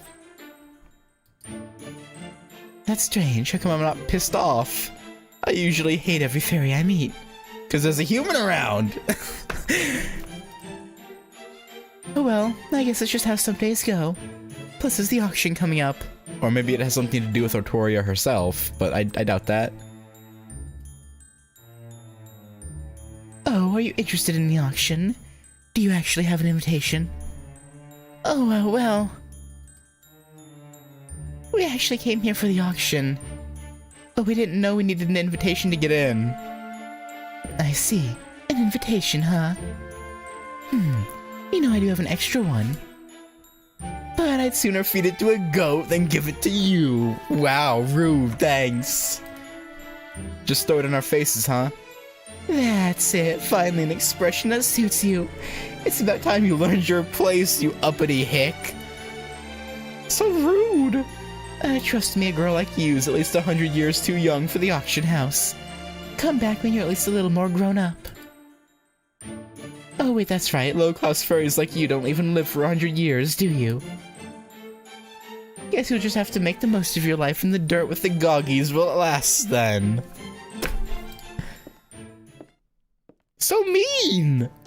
Agape. You know, as rude as she was, it kind of seemed like we were actually good friends? Maybe you're right. She honestly didn't seem like such a bad fairy to me either. Huh.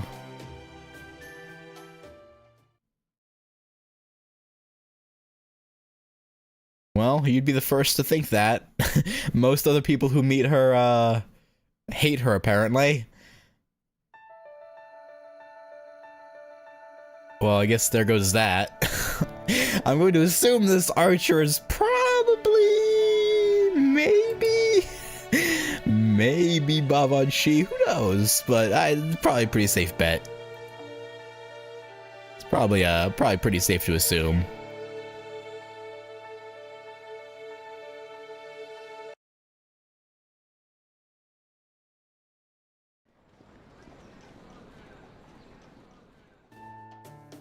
An invitation?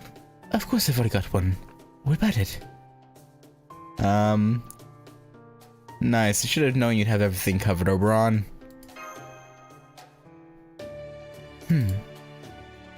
Unfortunately, we weren't able to procure any formal dress. But since Oberon is so, dazzling, I think we should be able to get in as part of his entourage. Of course. Murian's something of a friend of mine.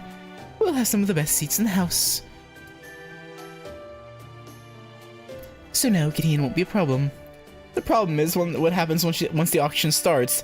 Yeah, how are we gonna pay for MASH, by the way? Because we're gonna have to buy her, I assume. Unless we plan to, unless the battle in this node is us breaking her out after we confirm.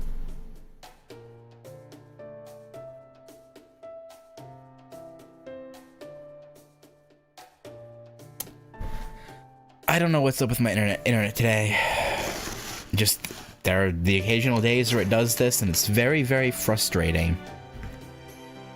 I'm gonna run a speed test, because... Again, it will drop for that, like, 2 seconds, and then the rest of the time it's solid green bars. Like, I don't get it.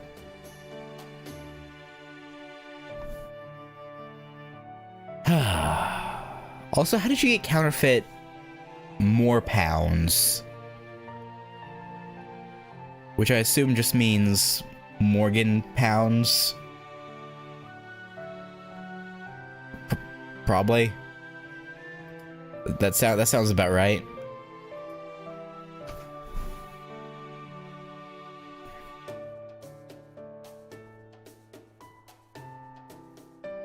The real problem is whether it'll be enough to outbid any other prospective buyers with odd tastes. Usually 70 million more pounds would be more than enough. I feel like it has to be just my connection to the Google YouTube server, because I don't think it's my internet. Because like I don't lose my connection bar in my task bar at the bottom, so I don't know. Usually 70 million more pounds would be more than enough. But given the, product, things are probably going to get ugly.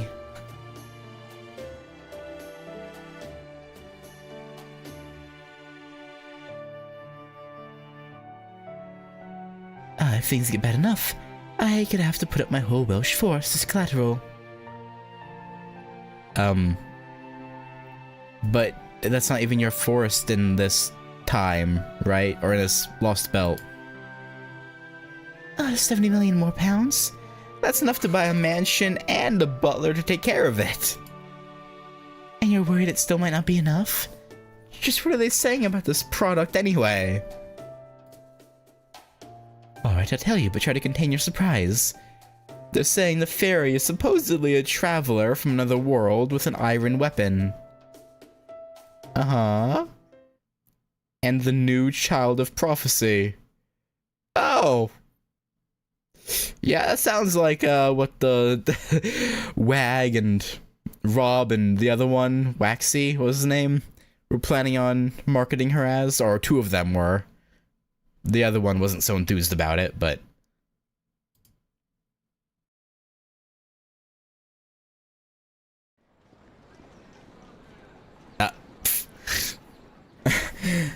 They just... I mean, I guess using existing sprites for the, fancy, posh, well-to-do, fairies makes sense. But that was definitely, like, Semiramis and Marie and others. Good evening, ladies and gentle fairies. Welcome to Gloucester's auction house. Why put off until tomorrow what you can have today? Who cares about clan pride when you can boost your own brand? We know what you want, which is why we are once again proud to present a wide array of items, sure to pique your interest. Have you taken a look at our catalog? Have you found any items that speak to you? Wonderful, wonderful. I can see you're all enthralled by our selection. Let's get right to it, shall we? We hope you enjoy this latest Lady Murian production. It's starting. I see, so you say your bid yourself, huh? In most auctions, the buyer quietly holds up a sign, and an agent then bids for them. But it looks like agents aren't allowed at this auction, so we have to shout our bids ourselves. What's up, Oberon? Did you see the third item up for auction? It's one of Shakespeare's unpublished manuscripts.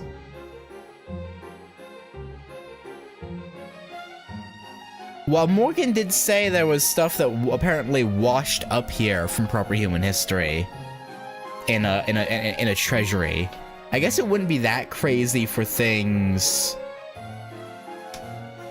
to wind up here. You know, whatever Morgan's people don't get their hands on, like merchants probably did. That makes sense.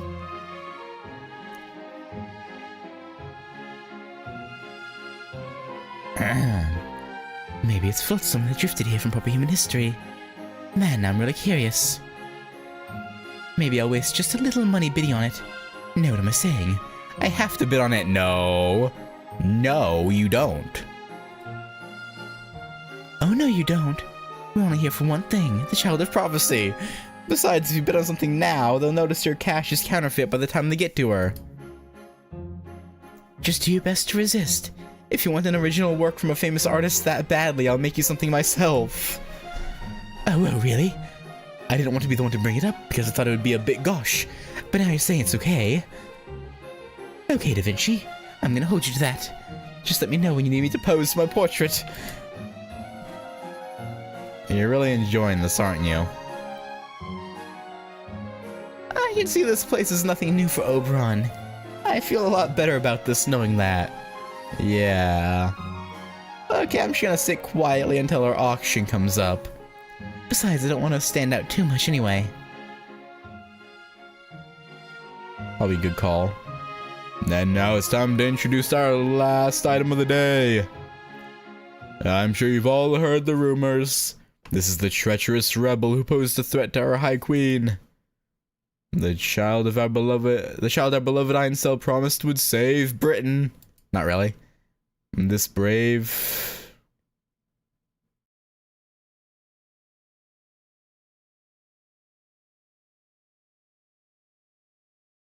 Not MASH then, cause when did she ever attack Camelot? Wait, is this when Gareth is introduced? This brave child attacked Camelot with an iron weapon none had ever seen before, crawled out of the great pit, and even made a miraculous return from the nameless woods. Is the prophecy real? Is this child our savior? It's time for all of you to see for yourselves. I give you our final lot number, the Child of Prophecy.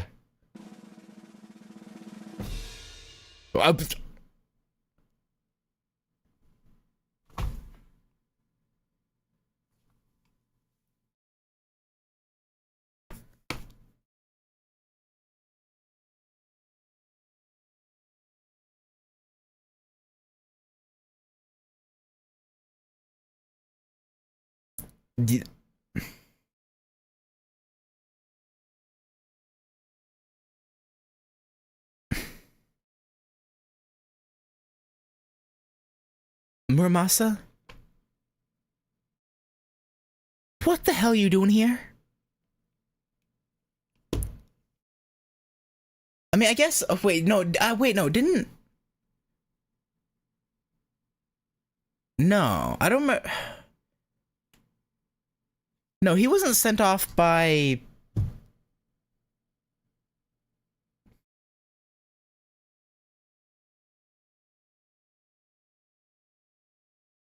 Okay, he was. I was trying to remember if that was a scene. Okay, yeah, okay. Deal with the divine construct, which he read as run straight at Morgan and hope it works out, apparently. I mean, hey, he got past 2 of the Tamlins. It's just, apparently, the last one was too much for him.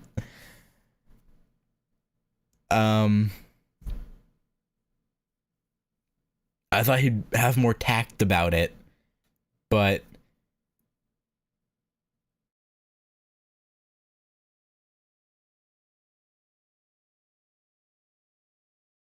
Okay, so not MASH, not Gareth, but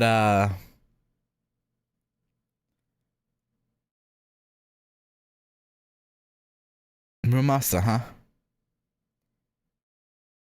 That's interesting. But hey, we don't have to worry about them finding out our money's counterfeit, though. we don't have to spend money on him.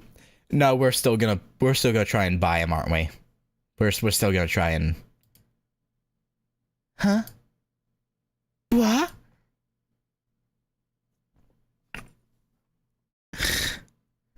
Grandpa? Well, excuse the hell out of me for being old. Wait, hang on. Who was that? Say it to my face, why don't ya? Easy there, ladies and gentle fairies. Please, let's all take it easy. This man's attitude may be as foul as his mouth, but his magical energy is truly impressive. What's more, he's a gifted craftsman capable of forging wares to put all of the blacksmiths of Norwick to shame. And since the Child of Prophecy was supposedly apprenticed to a superb artisan, even Lady Murian agrees that there's a 30% chance that this man's a Child of Prophecy.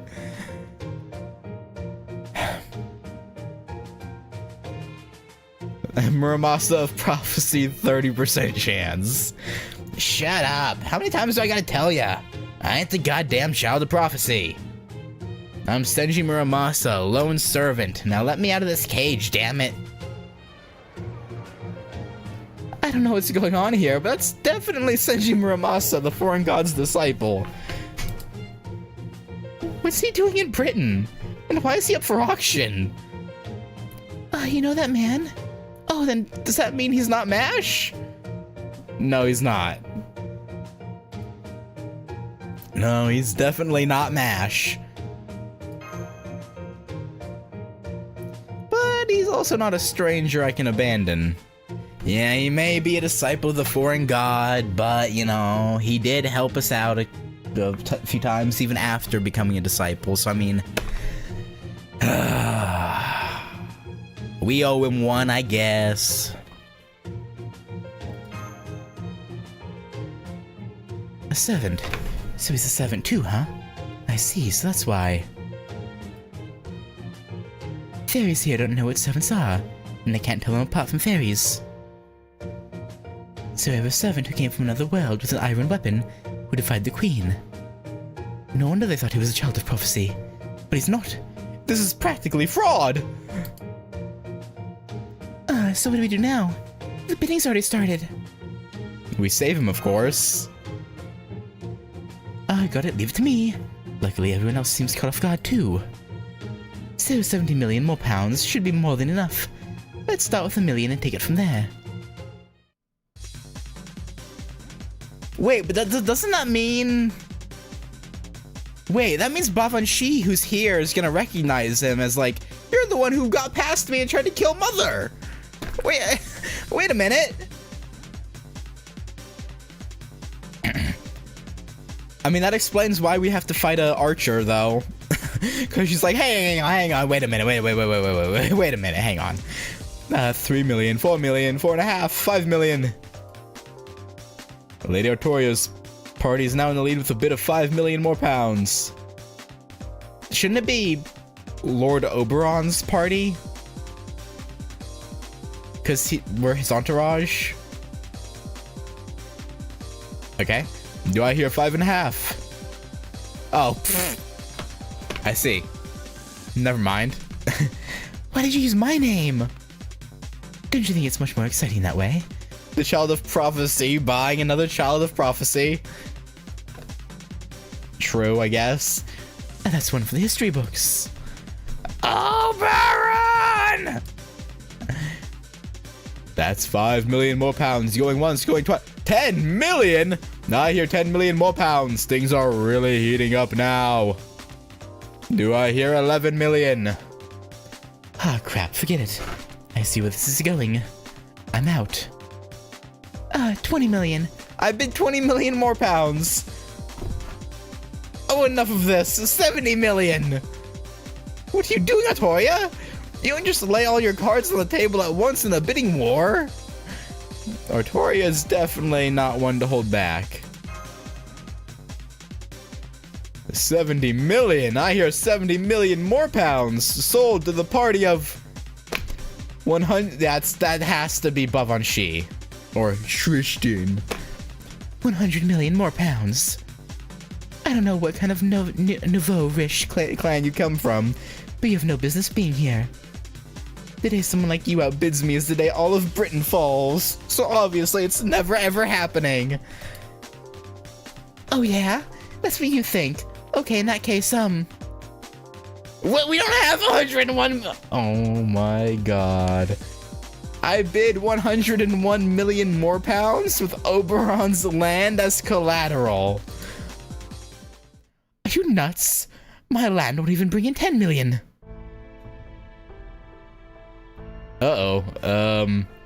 I'm afraid I can no longer make a call on this auction. What say you, Lady Murian? Which of these buyers is the more certain purchasing power? Probably the princess, I would think. Very well. Step down, auctioneer. Difficult decisions like these are mine to make. Whether genuine or not, the fact remains the Child of Prophecy is the main draw of tonight's auction. Whoever buys him must demonstrate not just wealth, but standing.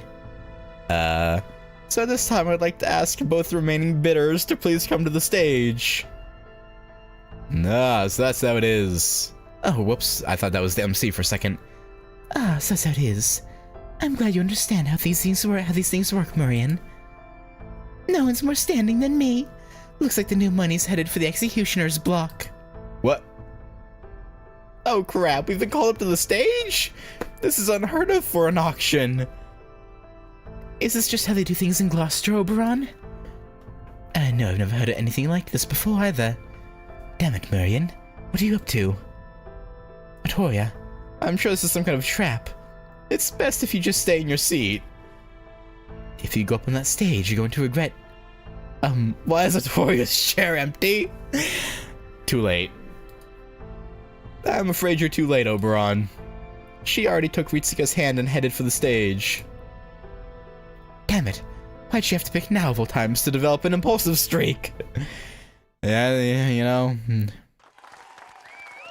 She hates losing, I guess.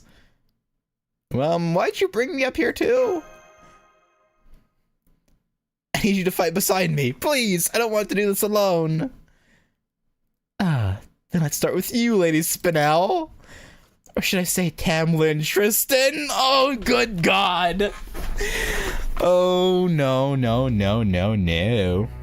Yep, that works. I'm the daughter of High Queen Morgan, and the Artist of Blood.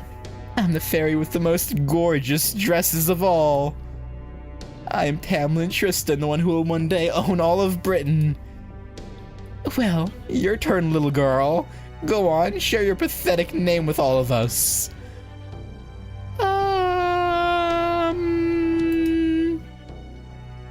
Oh man, it's the fairy we met earlier. What do I do, Ritsuka? I can't believe she's a Tamlin, and she's Morgan's daughter too. I swear, why do these things always happen to me? I mean, hey, it's your fault. See, I knew you couldn't do it, but hey, of course you couldn't. What fairy could ever compare to me anyway? You put up a good fight, but you're still just... Hey, you're that girl. Okay, I'll be nice and let you off. Then allow me to introduce her. Oh God. This fairy comes from the village of Tintagal and will turn 16 this year. This miraculous child wields magecraft she taught herself. How do you know that? Just like our queen did. And she also managed to slip a dragnet laid by Woodwose himself. Please take a good look, everyone. That's the staff of selection she holds in her hands. Her name's Artoria, and she is the genuine child of prophecy. You bitch! You sell-out bitch! What's more, the attendant beside her is a visitor from the outside world. She is the traveling star who will guide the child of prophecy, the other light that will save Britain. Her name is Ritsuka, and she is a human and a master from proper human history. What? How do you even know that? She knows about Ritsuka too? No violence, please, Lady Tristan. The bidding's not yet over. Now that you're both here on the stage, You both have an obligation to try and complete your bids. But unfortunately, Tamlin Tristan and Artoria, the child of prophecy, you are equally matched. What? Neither of you has an edge over the other in wealth or standing, so these can't be the determining factor here. You think she and I are equally matched? What are you? Blind and stupid? I outclassed her in every conceivable way. Strength, beauty, elegance. It's not even a contest. What say you to that, visitor from another world? Who would you say is worth more? Lady Tristan or Lady Artoria? I kind of want to know what happens if I say Tristan. I kind of want to know, to be honest. But no, I can't do her like that. I would feel bad.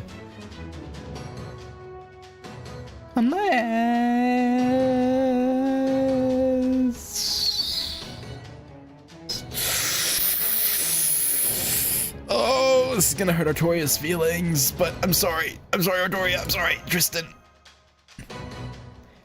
Shut it. I think so too, honestly, but I don't need to hear it from you. This isn't about who's worth more. This is a battle for our very souls.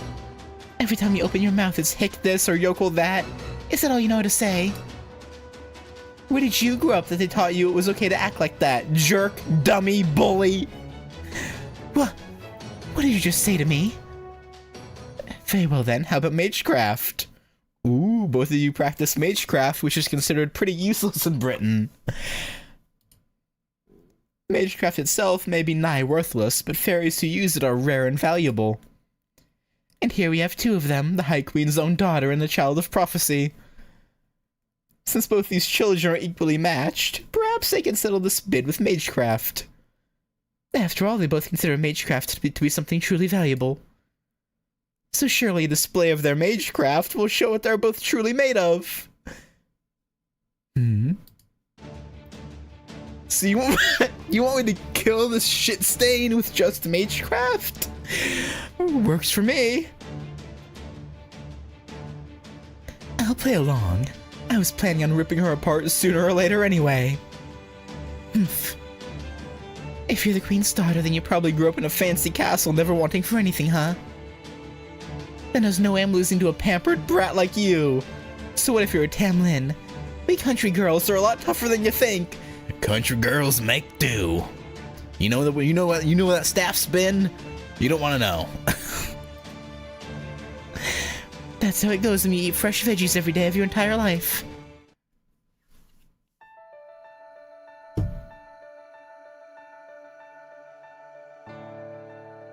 Oh boy, and we're all level 1. Oh, and of course, we're locked to only. I mean, it makes sense, of course, but... Oh. This will be fine. Probably. Probably fine. I'm sure we'll be fine.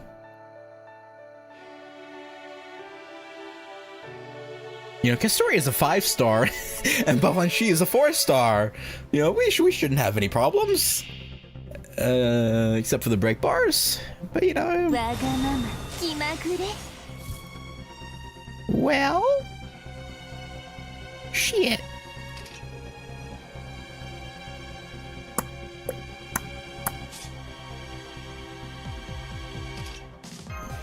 Let me do this first. やります。ここでセクエンス。ここまでやれば。There's no way this goes beyond us having to break a break bar, right? No way. 最高。もっと。何のために？負けない、もちろん。それはいつか来る兆しの星。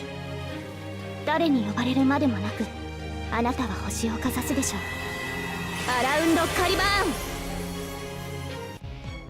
Crit would be nice. Okay, or not. Alright. Frick me, I guess. ほら。ぐちゃぐちゃに。Okay, firing bullets at us, rude! Magecraft tools sold out. Whew. Whew. Saved by the lack of her, I mean, is hitting her with the staff considered Magecraft? I feel like that's cheating.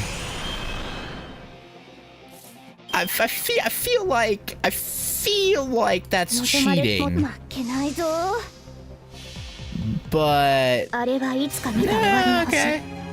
どれほど遠く汚れても私は星を探すのです。さあ幕を開けてアラウンドカリバーン。 Sure. ここでまっすぐ先手の杖光を。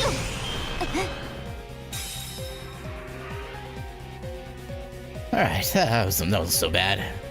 Beat her ass. You ain't nothing, Bavanshi. You ain't shit.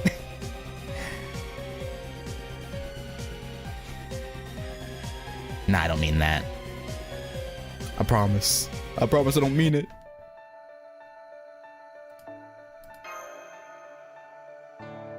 I just had to talk shit, you know? It was a compulsion. No fair. That didn't count. I wasn't ready that time. Yeah? This isn't my actual power. I'd have plenty of magecraft if I just went back to the castle. Yeah, you need magecraft tools to use it, huh? Sounds pretty weak. Weak sauce to me. Magecraft is built on hard work and steady effort. You could have used so many things here once you ran out of the magecraft trinkets you had on you. For example, this carpet that would go up in flames at the drop of a hat. Or those lamps you could turn into bombs with a little magical energy. But instead you just threw up your hands as soon as you ran out of the tools you brought with you? Really? Now listen and listen good.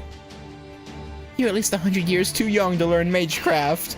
Why don't you start with parlor tricks? Ooh, get her ass! You tell her. Yes, nailed it. You freaking bitch! That's enough. We have a winner. As Lady Artoria's magecraft is superior, she'll be the one to purchase the suspected child of prophecy. This concludes tonight's auction. Thank you all for coming, and please take care on your way home. That goes for you too, Lady Tristan. I suggest you hurry back home sooner than later. As I recall, you're supposed to be behaving yourself in Darlington tonight. I suspect even the High Queen would be cross with you once she heard you were actually here in Gloucester. You're taking the Child of Prophecy's side, Murian? No, Lady Tristan, I'm helping the High Queen save face from making you a Tamlin. I can clean dirt off my auction hall floor easily enough, but the High Queen's dignity is not so easily restored. You see, some fairies are bound to take issue with their selfish antics, and lose respect for the High Queen. Yeah, know your place, princess. I'm sure I don't have to tell you how fickle fae folk can be. And I, for one, would rather not increase Naknaria's numbers. Fine. I'll go then. Next time, Murian, you'll have to come see me in Camelot. As a fellow lover of art, I'd love for you to take a look at my collection. Murian, don't do that. Don't do that. Hi.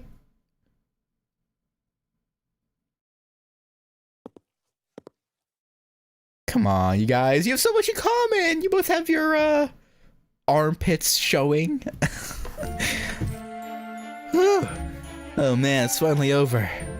That was so nerve-wracking. I thought for sure we were all gonna die. But that girl actually beat Lady Tristan. I can't believe it. Only in magecraft. If she had used her bow, we probably would have been cooked. But luckily Murian wasn't allowing that. Can't believe it. She's no taller than me and she has about the same amount of magical energy as me. But she carries herself with so much dignity. She's amazing, unbelievably amazing. Is that Mash talking? Is she there? Did you hear a voice coming from backstage too? Sorry, no. My nerves just caught up to me. So now my knees are knocky and my ears are ringing. Still, I couldn't just sit back and do nothing. She may have been dozens of times stronger than me. But the way she was acting when she called herself Tristan, well, I just started seeing red. Yeah, because you know what the real Tristan's supposed to be like. And he sacrificed himself to let us get away. Yep. I never expected to run into the second Tamlin already. But hey, at least you won your magecraft battle against her. That was great. The only problem now is... Huh. I'm back to normal now that the cage is gone. How the hell'd that work? Our newly freed compatriot Muramasa. I didn't have time to tell you and Oberon this before, Artoria. But while Muramasa here is also a heroic spirit from the outside world, that doesn't mean he's on our side. He's a disciple of the foreign god, which means he's working against proper human history. So he's your enemy, Ritsuka? But didn't you call him Grandpa earlier? It's complicated. It's a long story. Don't bother explaining. We've just had a few other run-ins, that's all. I ain't exactly mortal enemies with these people. But we ain't exactly friends either. We just keep running into each other for better or worse. Ain't that right, Ritsuka? If you want to fight me, I'll fight you. If you don't, that's fine too. I'll even brew you a cup of tea if you want. Like they say, even chance acquaintances are divine ordinances. Anyway, I gotta say, girlie, between that staff and that outfit... That was a hell of a show you put on. You really nailed that last line of yours, too. I gotta say, you British mages are a real breath of fresh air. Thank you. Oh god. Is the guy using Shiro's body raising up another Artoria? Like, hey, mama? What you doing? Thank you. Ritsuka. What's with this guy? He looks so young, but acts so old. He's also got a terrible aura about him, but I don't sense any hostility from him at all. Okay, just hang on, Muramasa. This doesn't change the fact that you're a threat to us. So for now, let me just ask you this. How'd you end up in that cage? Nah, I could have kept this to myself forever and died happy. But I suppose you got a right to know. Alright, I'll keep it quick.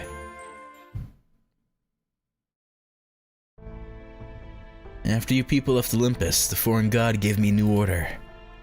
Told me to infiltrate the British Lost Belt and take care of its king. She also said something about how this place is still growing when it wasn't supposed to. When it wasn't supposed to no more. Rasputin had his hands full with something else, and we couldn't get a hold of Limbo. Yeah, we killed him. So I made my way here and broke into the big castle at the Lost Belt Center alone. Those Tamlin Whatsits were so taken aback that I didn't have any trouble making my way to the throne room. But just when I was about to take the queen's head, someone crazy strong flew in at me out of nowhere. Next thing I knew, I'd been knocked clean out of the throne room. I tried to fight her off in the air, but she just swatted me down into a big hole outside the castle. She also punched a bunch of holes in my spirit core in a couple of seconds it took before I fell into the hole. A normal servant would have probably died about, 12 times from that.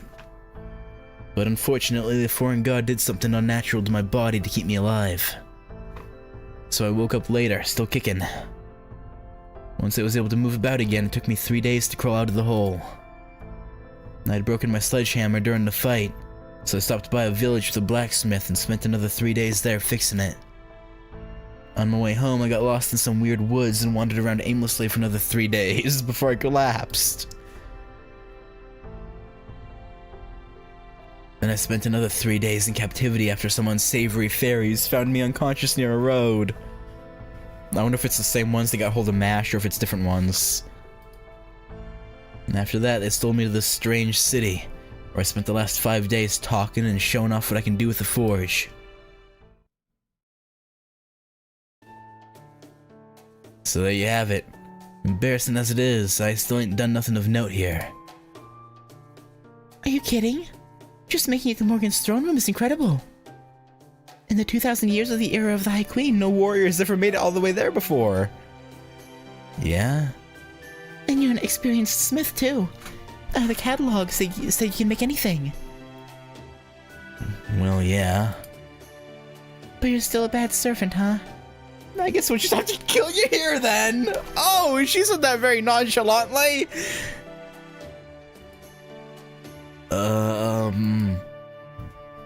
It isn't a servant's actions to date that determine whether they're good or bad, Artoria. Servants are basically mercenaries.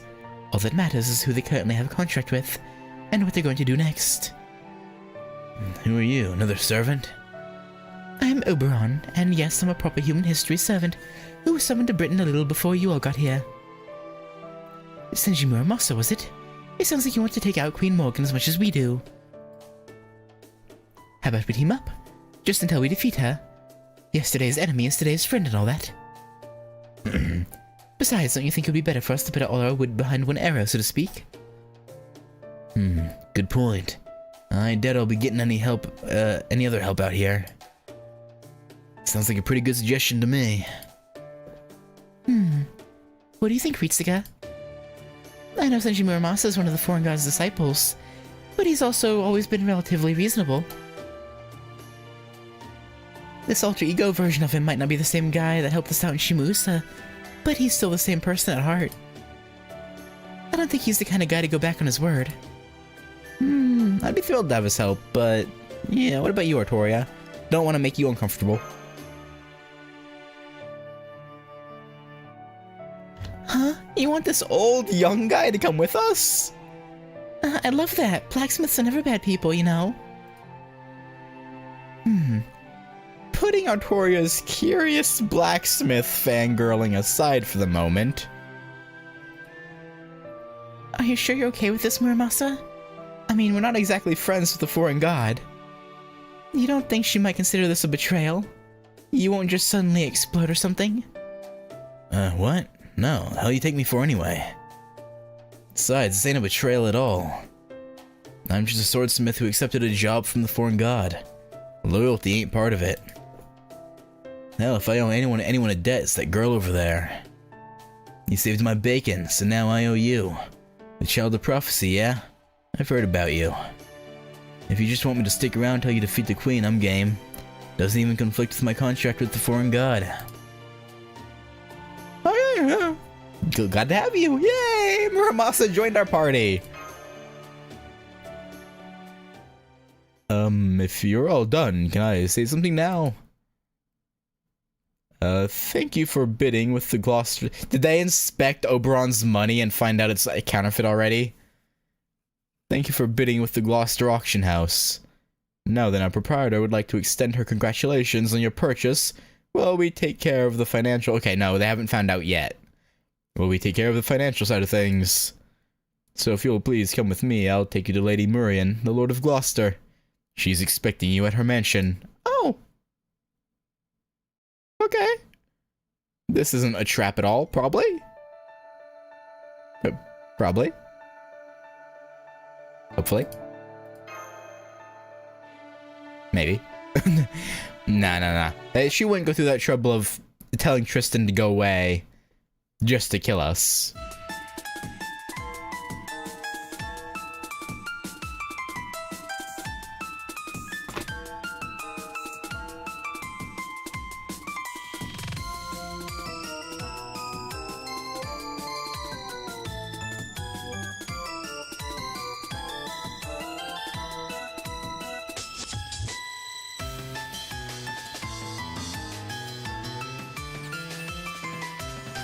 I should have seen this coming, but I didn't. Like, I even know her event is called Fairy something. I don't remember exactly the full name, but it was like Fairy Sugoroku or whatever. But I thought it was coincidence. Actually, I didn't even think it was coincidence. I didn't even think about the two together at all. Not just less than coincidence, more just two things that had to do with fairies. There's no way this version of her is actually her, though, right? It just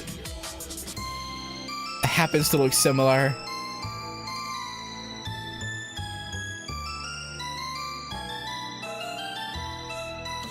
Nice to meet you, Artoria. And you visitors from proper human history. That was such an exciting battle. Now I know what the next hot trend will be. Battle auctions? I'll call it. Convenient necessities you can make yourself. Simple, fulfilling, made-craft items for good luck.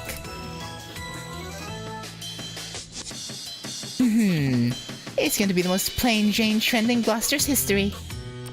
Now since Kazura drops component this Maria and she'll be a Sakura face.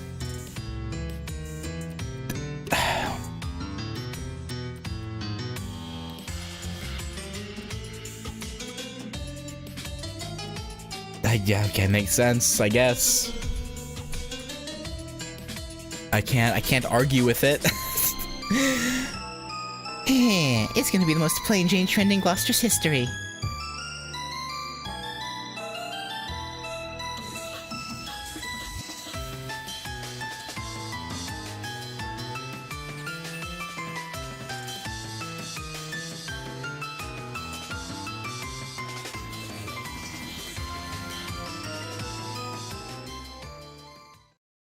Alright, so we have an Artoria, Shiro, technically, kind of, a Sakura. We just need a Rin face, and we're good.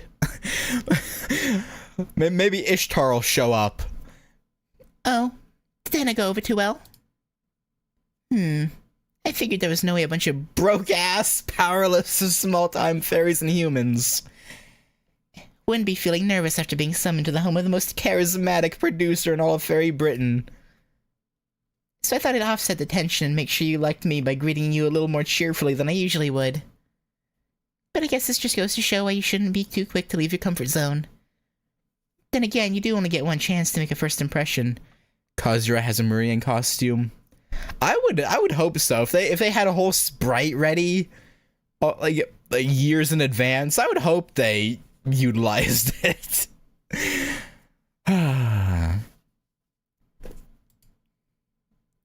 She's giving me serious BB vibes, which makes no sense, by the way. Like, yeah, Kazura Drop obviously being an alter ego of BB, yeah, yes, but a piece of what makes up one of these alter egos being like BB, okay. Doesn't really make sense, but alright. So Marians are insect fairies. My canon now is that part of Motto Insect Magecraft is Marian derived, and that Sakura's post-Motto adoption and genetic manipulation look as product of that.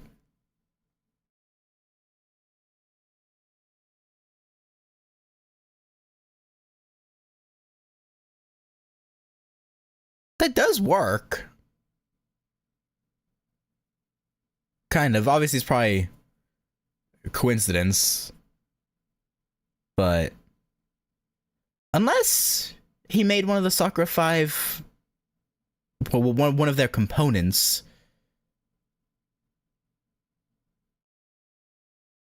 a bug fairy.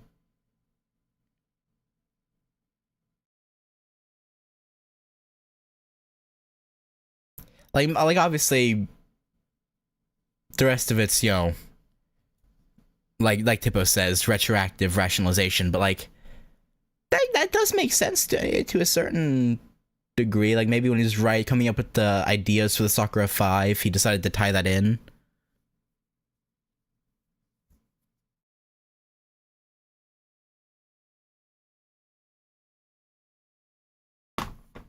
So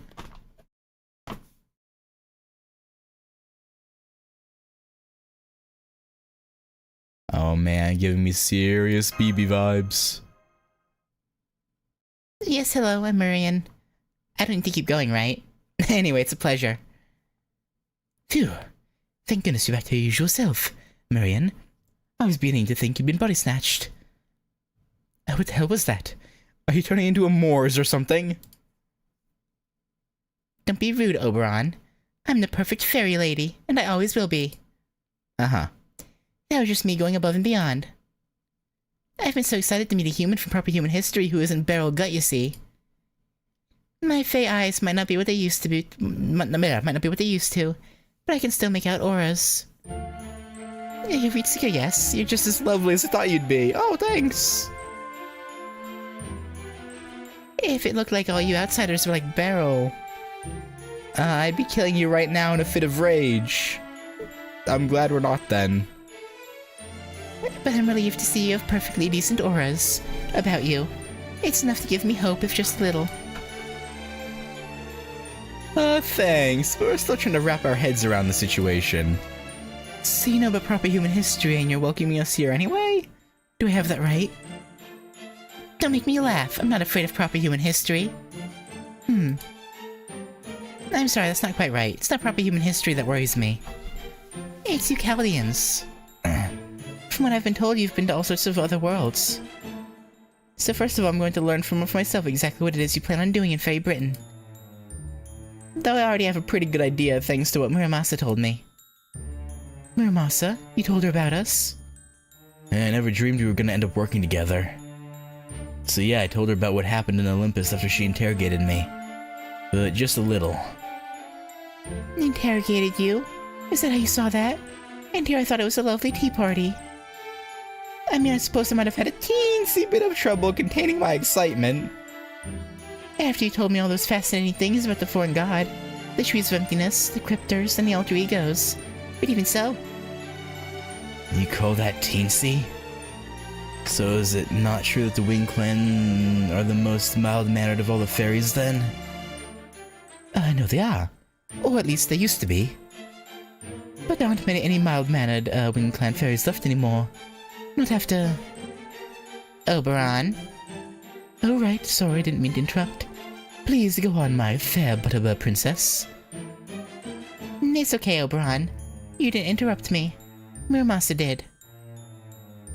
Ritsuka, I just want to make sure of one thing. You do mean to leave this lost belt alone, yes? Your business here is only with Queen Morgan since she was foolish enough to go after Olympus.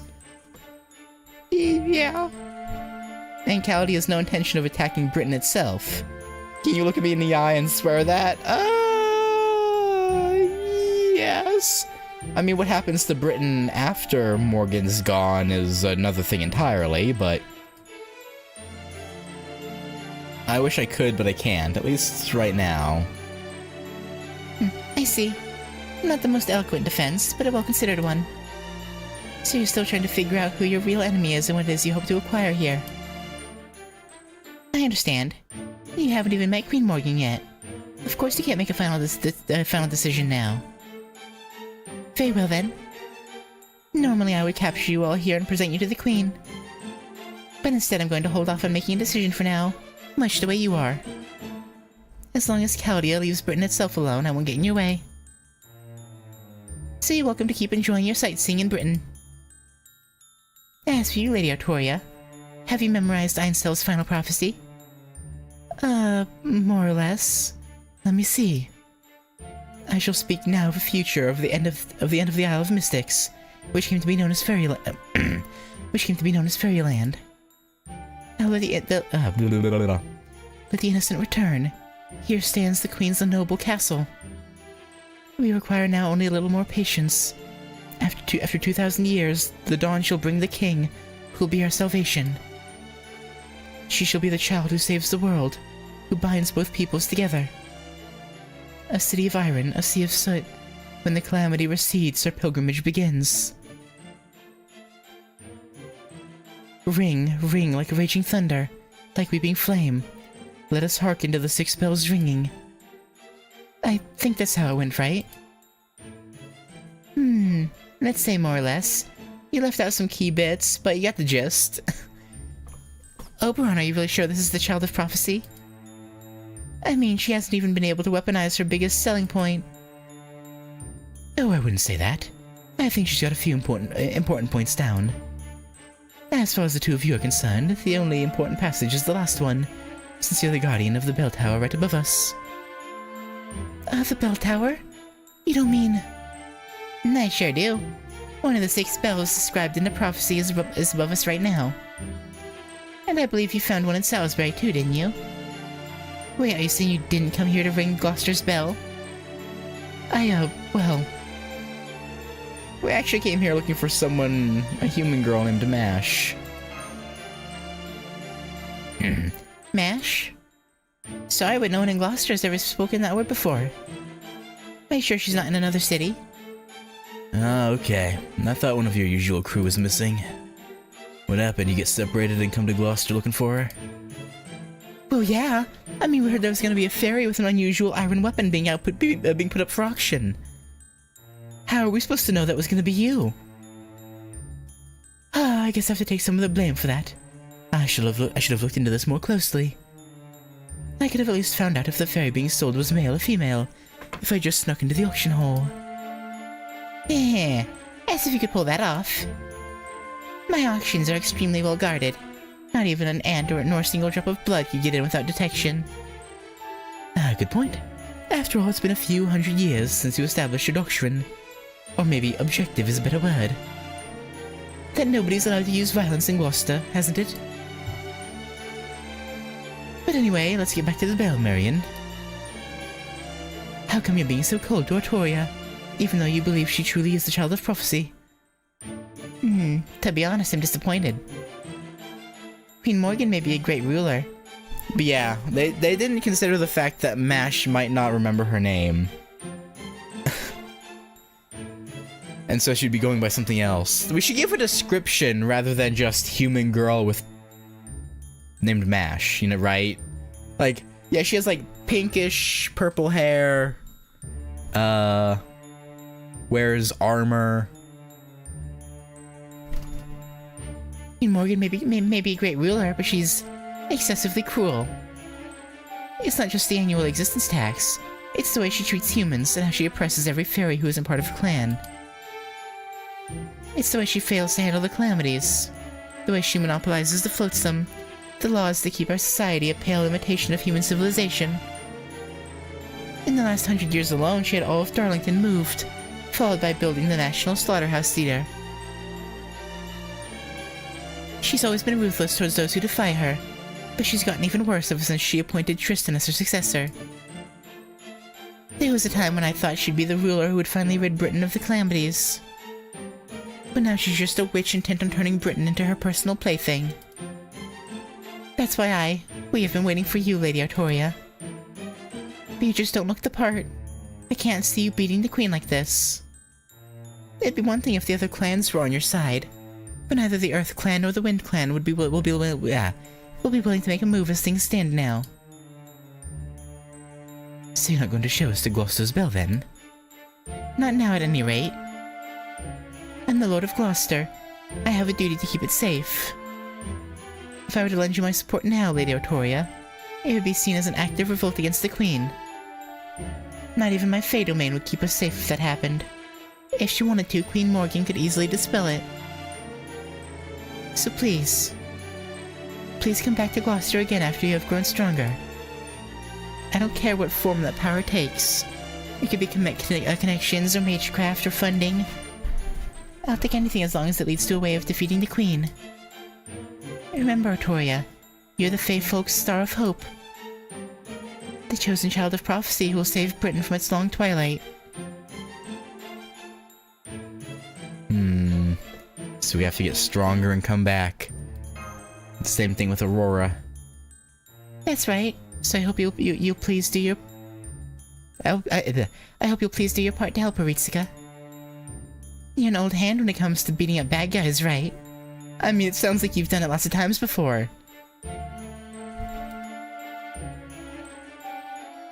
Okay, Marian. I get that you're not our enemy now, and I'm grateful for that. But what I don't get is why you go to all this trouble to help us.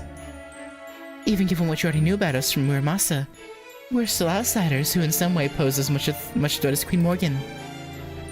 Yet you already seem to have deep trust for Chaldea. Or rather for Ritsuka, and that just doesn't add up. Is something else you're not telling us? Something I'm not telling you? Of course there is. In fact, this is a perfect time to introduce her. As you may have guessed, I've had another foreign guest who's told me all about you Chaldeans. Come on in, Lady F. Let's see, I think her true name was...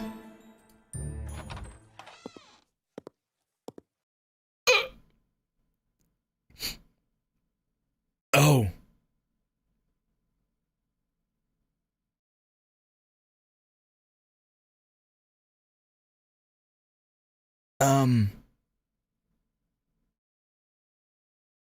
I mean...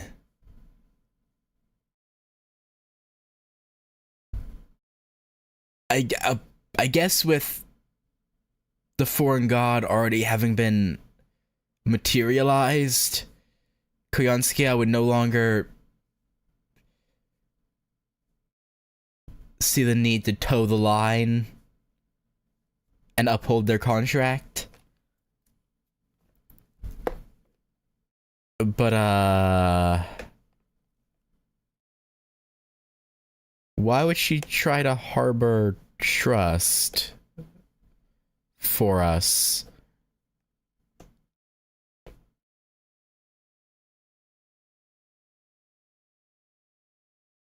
I'm with Tippo on this one. Like, I don't... it's just... I think if it was like a flat green, it wouldn't be as bad. I think the like design on it makes it worse.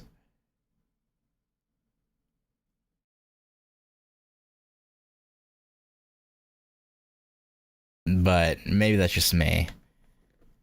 Tamomovich Koyanskia, princess. What are you doing here, bitch? Good day, my dear Chaldeans. I'm so glad to see you all doing so well. We're all like, what? Yet another new outfit? Stop that, Ritsuka. Please calm down.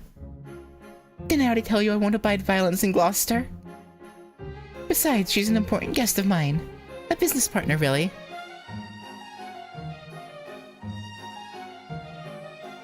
Oh, last week. Yeah, true. Beryl did.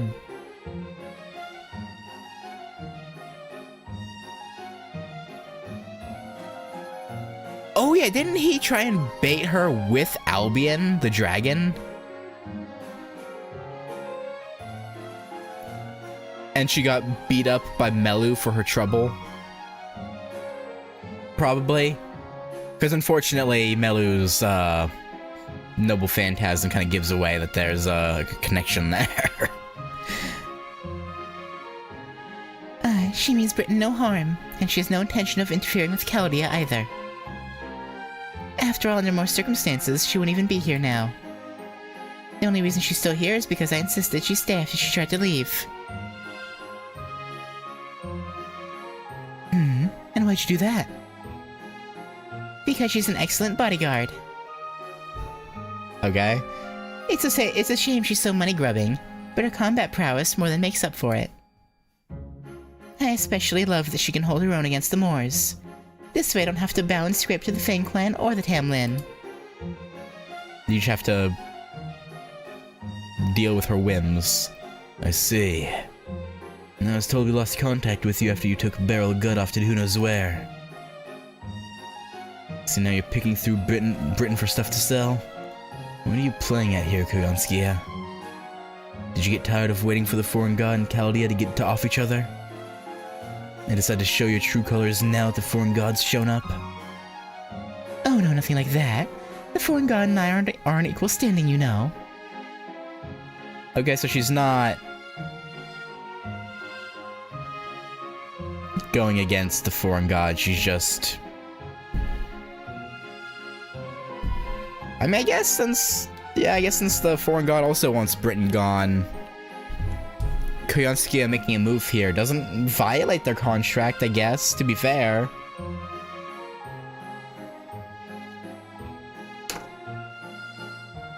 But I figured doing anything that would aid us in any way, like outside of LB3, which was a special circumstance, or LB4, I don't know why I said 3, LB4. I know, LB4, not LB3, yeah, LB4, blah, blah, blah, blah. Well, I mean, LB3 too, I guess, technically.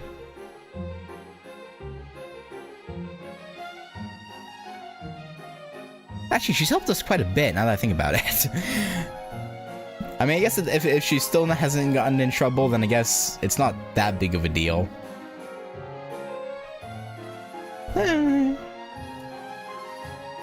I'm still not sure exactly what that god is, but I'm sure our contract clearly states that neither will interfere with the other until our goals have been achieved. Suffice to say, I've never been in the same position, or shared the same perspective as you three alter egos. You, Lord Rasputin, and Lord Limbo are all servants summoned by the foreign god. But I'm a servant who manifested under her own power, so I'm free to do whatever I like. I'm only staying here now because I found Lady Murian's proposal appealing. I have no interest in this British lost belt. Or in you Chaldeans who are apparently determined to get yourselves killed by sticking your noses in where they don't belong. Or in whatever Queenie's up to, or in Fairy Britain's humans for that matter. I do hope I've made myself clear. So, what have you been doing here till now? Apparently making Murian trust us, weirdly. Why, stocking up on new merchandise, of course. I've been filling my metaphorical larders with all sorts of rare delicacies, unique to the land of the Fae. Every other lost spell, it's either been on its last legs, or had meager offerings, or was secluded or something out of science fiction. Honestly, none of them really had much to offer, but Britain's a whole other story. The creatures here are equal parts unique, adorable, and vicious. They're just the sort of models I was looking for. The kind I can use to strike fear into all of humanity. Please don't rile them up, Koyansugiya. We were just coming to an agreement. I swear, why do you always paint yourself in the worst possible light when you have so much beauty to offer both inside and out? I expect to be working with the Chaldeans in the future, so please do your best to get along with them, okay? Oh, very well. If that's what the client wants, that's what the client shall get. So on that note, Lady Ritsuka, Lady Da Vinci, I know we've had our differences in the past, but here in Britain we're both on proper human history's side. Sure. So I propose we let bygones be bygones and focus on accomplishing our respective goals. Or at least until you're reunited with MASH. Doesn't that sound fair, Ritsuka? Sure. Oh, you're not wrong. At the moment, we definitely don't need any more problems than we've already got. If you're willing to leave us alone, we'll do the same for you. If you ask me, we should cut her down now and be done with it. But I guess we couldn't get away with that in front of Murian anyway. I don't really know this lady, so I'll go along with whatever you all think is best. A wise decision, everyone. Very well then. I'll continue to enjoy my latest pleasure trip herein. But I, for one, hate your guts. Oh! That came out of nowhere. What's your beef? It's Oberon, right? I'm sorry, I didn't quite catch that. Shut up. Don't talk to me. Every word you speak feels like it's rotting my ears.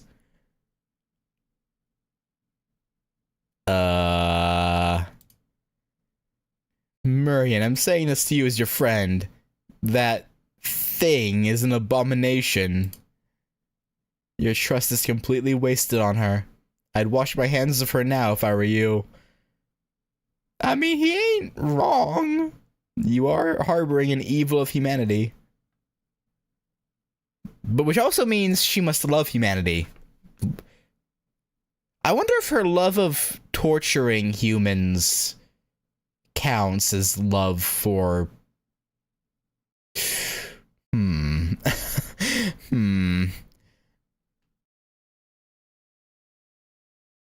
Oh, so yeah, you probably should have just kept your mouth shut, Oberon. But that couldn't have ended much worse than it did. You must have done some really heinous things to them, Koyansugiya. Oh, absolutely. Between wiping out Lord Gordolf's team of mercenaries, occupying Chaldea's headquarters, and turning its personnel into ice cubes, I'd say they came by that hatred honestly. But Oberon wasn't there. But I don't know anything about that Oberon servant. Who is he? He doesn't seem to be from Fairy Britain. Oberon just showed up in the Welsh Forest about 2 months ago. He's a heroic spirit from proper human history. Ah yes, I guess that makes him a servant. Anyway, he likes to call himself the Fairy King, and he usually spends his time performing shows in cities around Britain. I got to know him before, when he first came to Gloucester. At first I was thrilled to have found a fellow Wing Clan fairy, since he looks so much like one, but...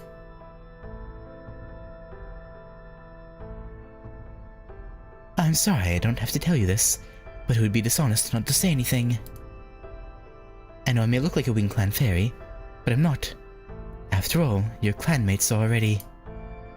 But hey, never mind that. You're the Lord of Gloucester, right? Then please, I need you to give me an unsecured loan. The fate of the whole world depends on it. Damn, just shamelessly asking for a loan.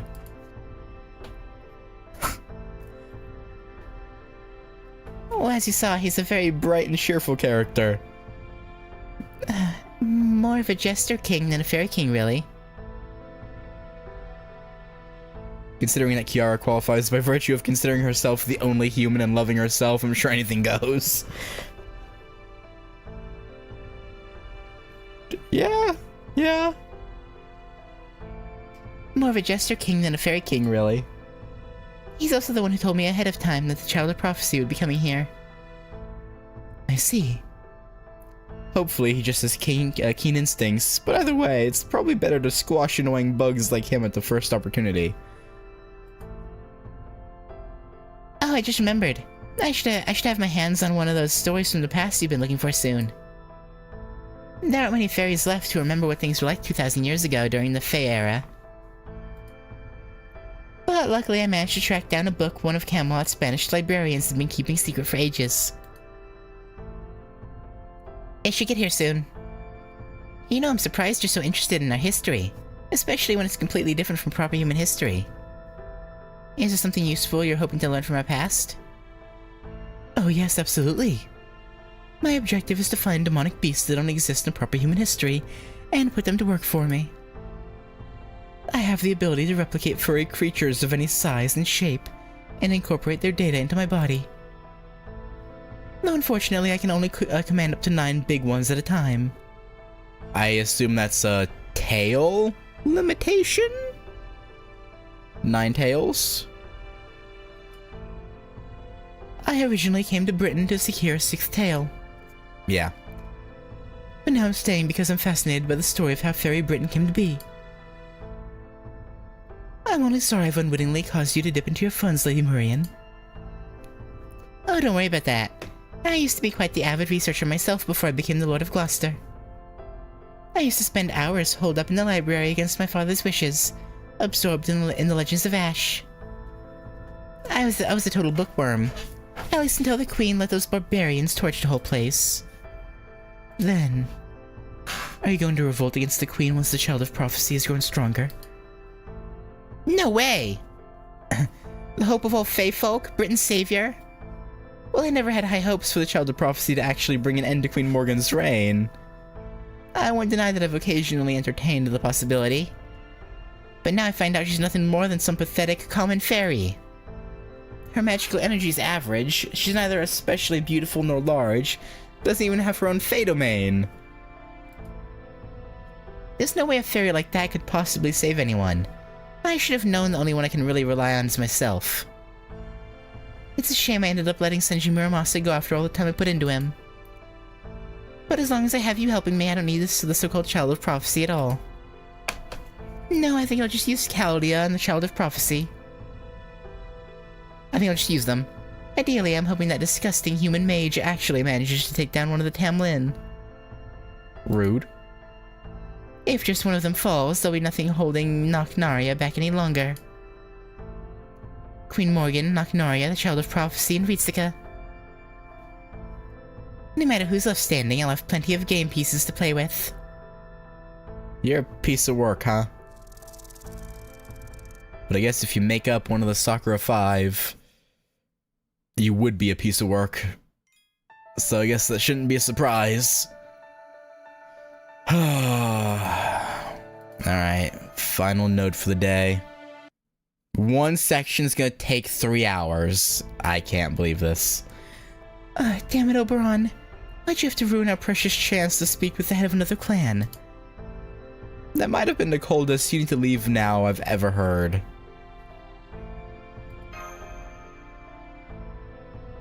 I understand why you're upset. I'll admit I behaved kind of childishly. But I'm not going to apologize.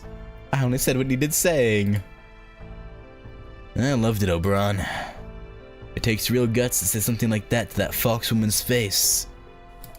Yeah, Oberon, do you know who you were saying that to?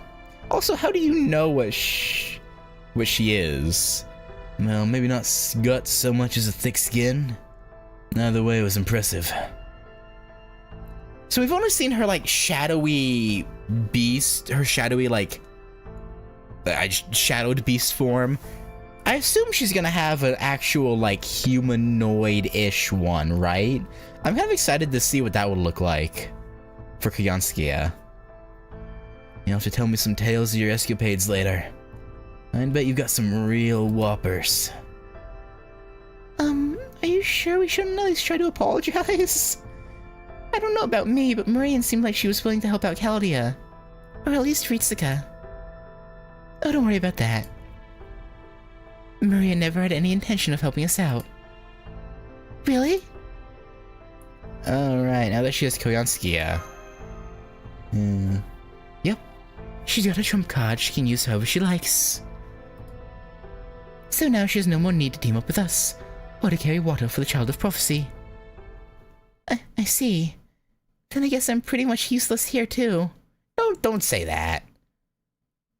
Oh, there they are. Hey, wait up! You guys are with the Child of Prophecy, right? Yeah. Where is she now? Is she gone? Did she already leave for the next city? Yeah, no one's gonna believe it's her. Of course she did. She's not gonna stick around here waiting for Woodward's soldiers to come after her. Oh, I really was hoping to see her in person. Not that I blame her. I mean, she's the Child of Prophecy. Is there something I can do for her? Well, it's okay. At least we can give you guys these gifts for her. It's not much, but please take it. We always believed the Child of Prophecy would appear someday, so we've been saving what we could for when the time came. We're sorry it's all small change and cheap stuff like old clothes, stones, and tree roots. But this is everything we can do for her right now. We think it'll at least be some use. So please make sure she gets it, okay? Okay, I will. I think the Child of Prophecy will be thrilled to receive this. She's like, it hurts to not be taken seriously as the Child of Prophecy, but hey, you know, at least people are thinking of my title at least. Maybe not necessarily me, but who they expect me to be. Yeah, we think so too. You guys make sure you keep her safe, okay?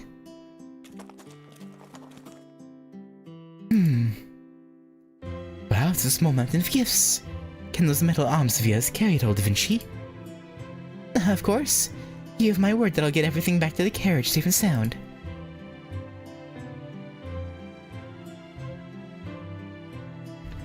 Well, that was nice, huh, Artoria? Sure, they might not have realized it was you.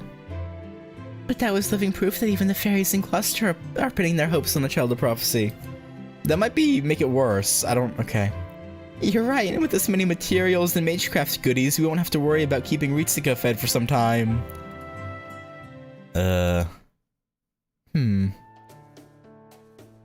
Well, I wish we could have spent a night here to enjoy more of what Gloucester has to offer. The fact that the lower class fairies here know about the auction incident now means that the Queen's army must know about us too. So I'm afraid we can't stay here much longer.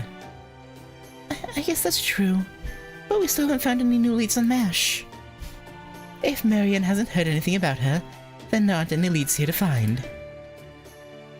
Unless she doesn't know her name. And since it seems no one in Salisbury or Gloucester has seen her, our hands are tied for the moment. I'm going to assume it wasn't said, but maybe they did give a description. It just wasn't shown in the dialogue. Let's not forget, we're also wanted for that ranch incident, so we have to be careful not to be anywhere the Queen's soldiers are likely to nab us.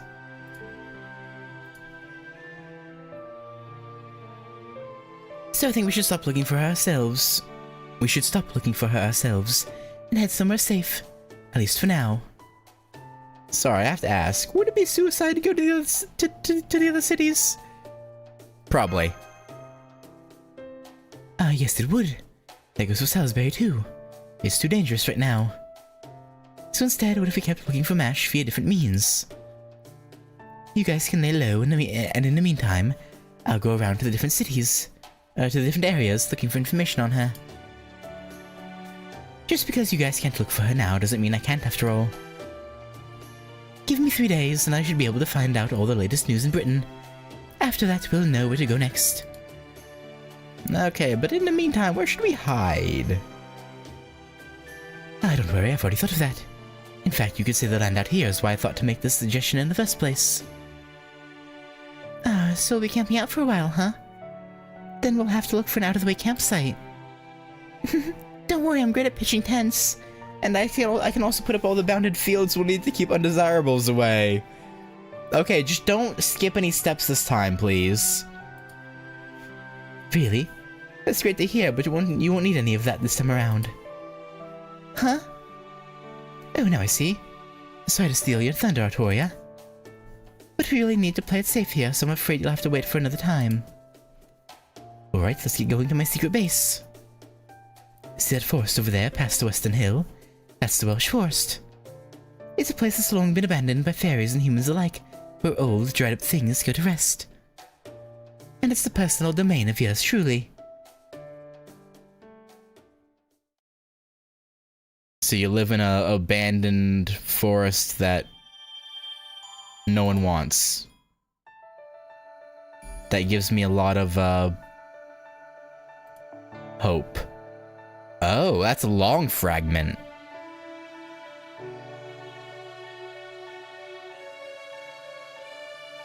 Well, not long, but longer. The first two were just one node. Okay. Well, I'm not gonna get into that right now.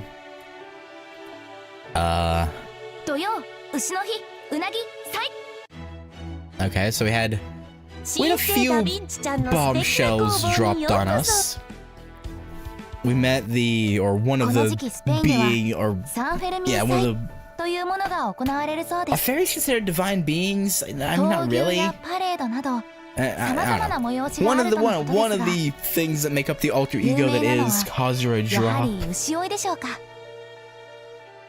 Which again, I probably should have seen coming. I knew the name of Kazura Drop's event. For some reason I didn't connect. There'd be a connection there.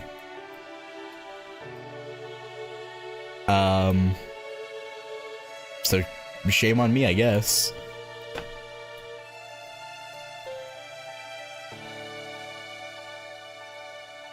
And apparently Beryl's boning Morgan and her daughter, question mark.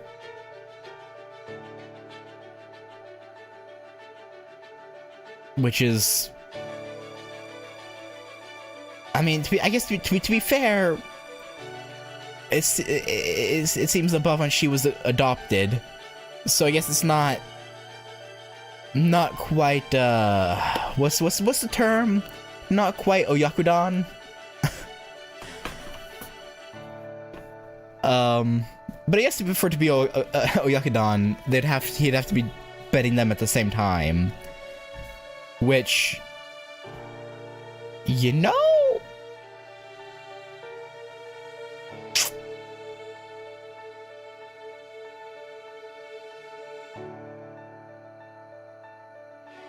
but I guess as long as they're mother-daughter in a mother-daughter relationship, I guess it would still be.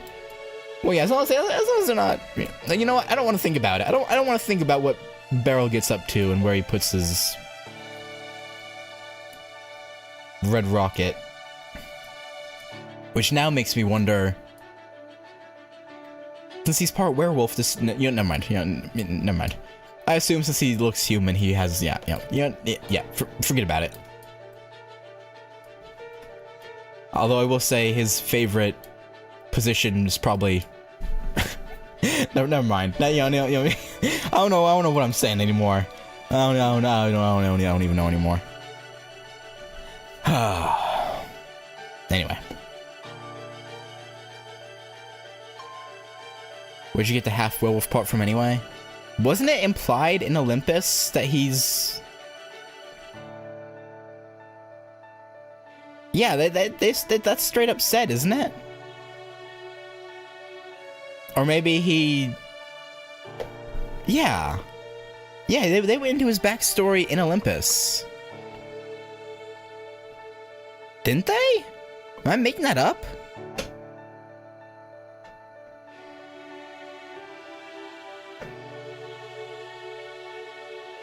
I don't think I am. I'm pretty sure that happened.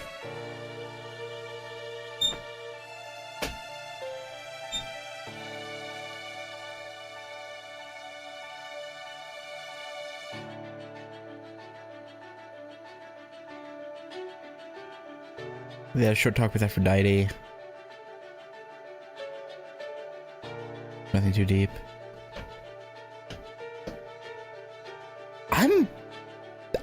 Hang on. I feel like...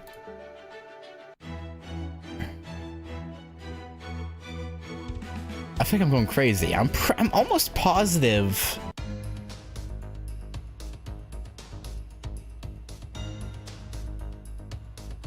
I feel like how I'm painted wolf, but that's a reference on...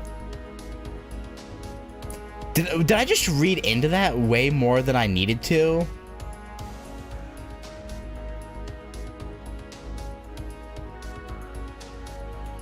I think I read way too far into that.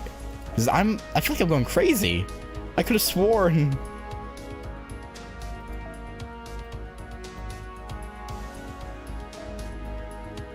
I don't even remember what note it was.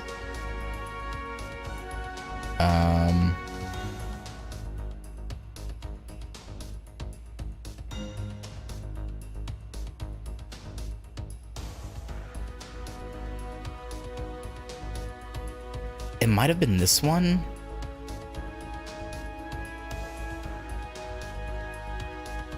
No. No, it would have been before this, I think.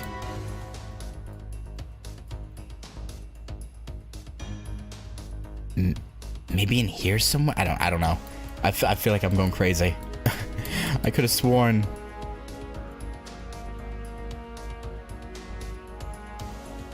I don't know, man. Maybe I just read into the Lycan Wolf thing.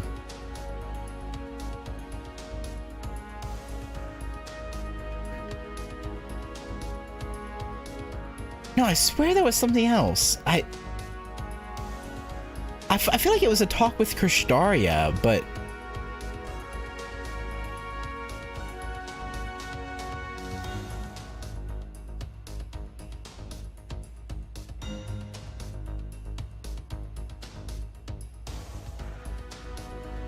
Okay, I guess. Maybe I was just reading into things too much. What with his ears, and then... Okay, I don't know.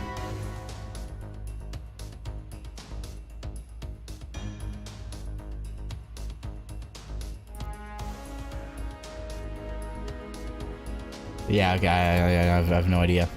Oh, actually, since we still have some time, but I don't want to start another bit, let me... Actually, wait, let me change to... I have to back out of here. I want to change to male Fujimaru. Actually, no, you guys already told me what that... No, yeah, never mind. I just remembered. Yeah, you guys already told me what they say in that scene. As a male reads together. Actually... Yeah, forget about it. I'll do it on my own time.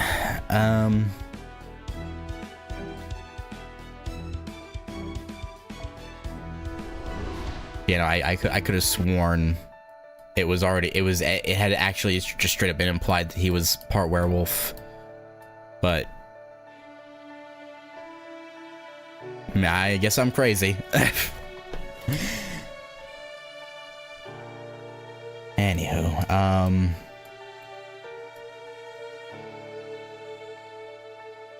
and yeah, now we have a mortal enemy for Artoria in Bavanshi, Tamlin, Tristan, which isn't great. But apparently, because before that, she found us / her tolerable, where she hates most other fairies. So maybe, I don't know. Maybe there's hope yet. Maybe she'll end up being a friend. But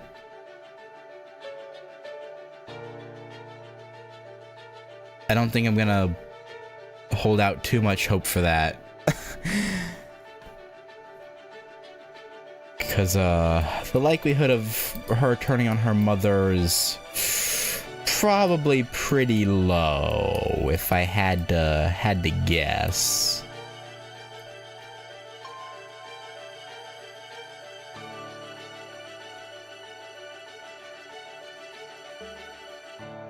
But Hey, you know, whether we befriend or have to kill her, I'm sure it'll be cinema. Either a showdown between rivals and her and Artoria, or a budding friendship.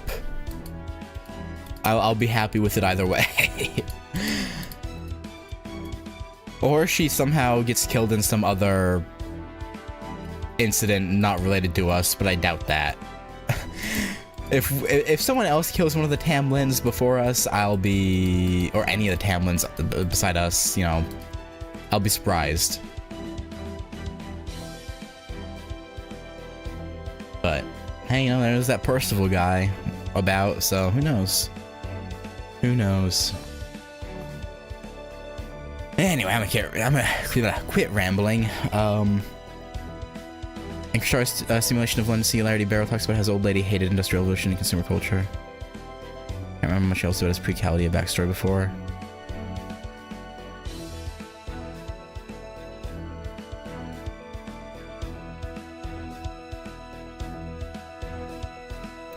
Yeah, I think I was just taking the bits and pieces we got of his backstory and made assumptions, with his ears being the focal point that started my theory crafting. Like, he has weird pointy ears. He's got to be something.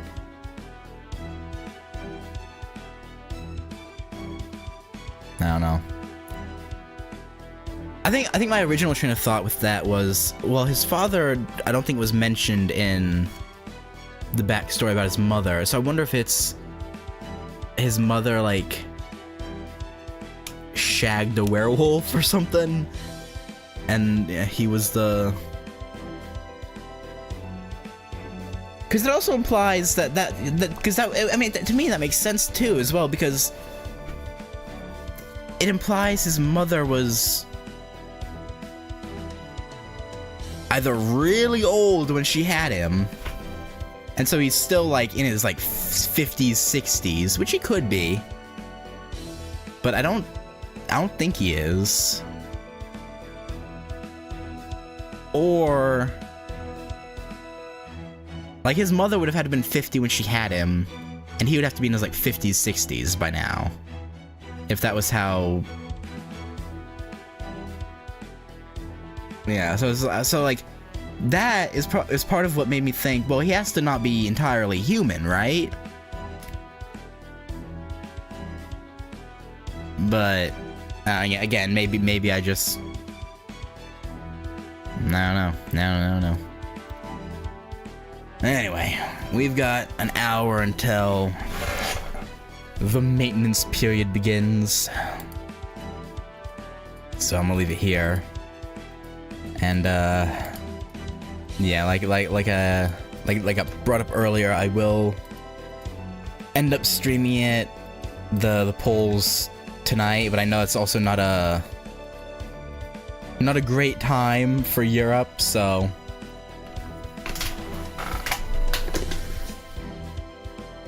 the VOD will still be there, of course, in the morning. I considered kind of just recording it rather than streaming it, but yeah. I already had the waiting room up, so I was like, yeah, I'll leave it.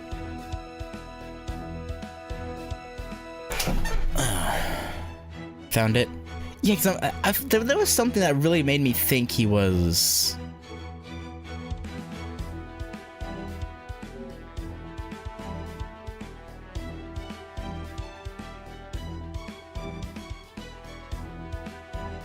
a werewolf. I don't know. Or part werewolf. I don't know, can werewolves in Type Moon even breed with humans? I don't see why not.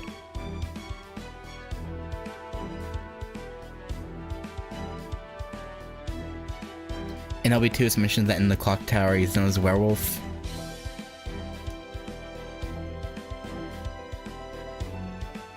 Yeah. I don't remember that, but just because I don't remember it doesn't necessarily mean that wasn't like part of what like subconsciously pushed me that direction.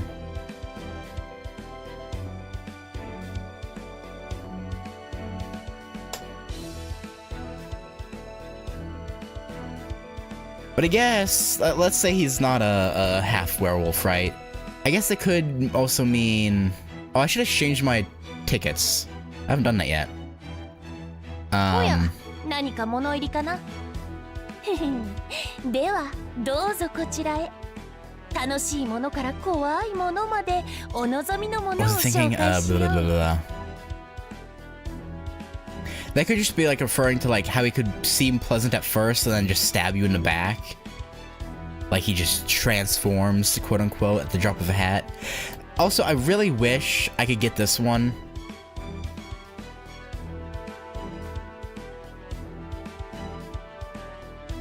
Can't exchange yet, gotta wait days to decide your CE pick.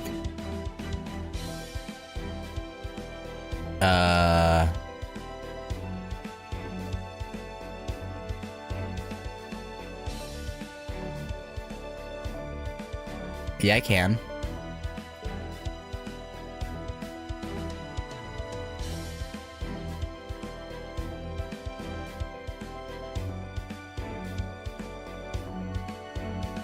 But yeah, it's unfortunate that these are blocked off until I clear LB6 because I want this one, but not happening. Honestly, all of the LB6 character ones are like the best ones.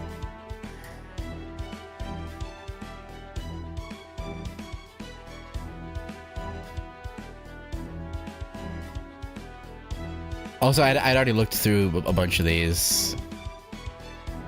Gonna pull for the new anniversary unit? Yeah. Beast Space Rescue Goal. Unless you think I can beat LB6 in 16 days, but I don't think that's happening. If I could, I would wait to get this one, and I don't even know.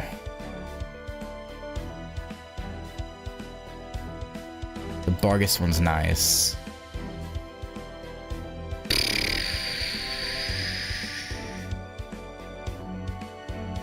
Not happening, shown by one section per stream. Yeah. The Raiko one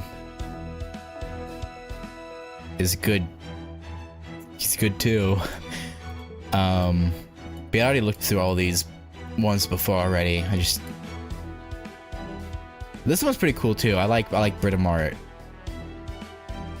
Her look is dope, but I feel bad picking someone I don't have.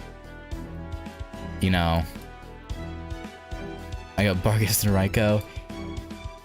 Yeah, Bargus is up there in my choices. If only, you know, I could get her. I just can't, because LB6.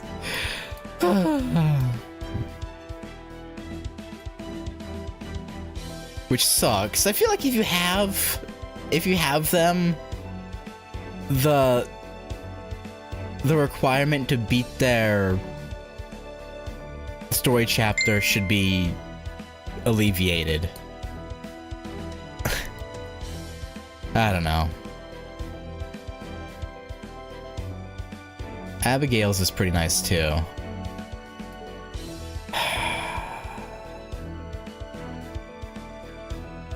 Astolfo.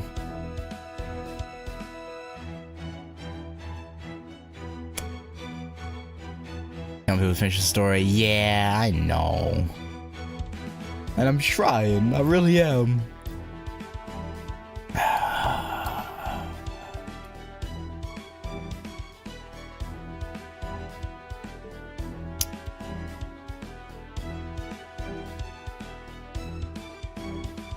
You know what?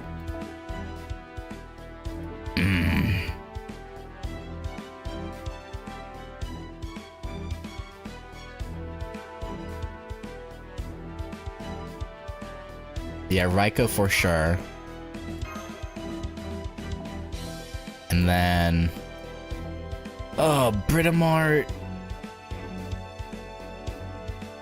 Sei, Musashi. I don't really like commas. If she was one of her older forms,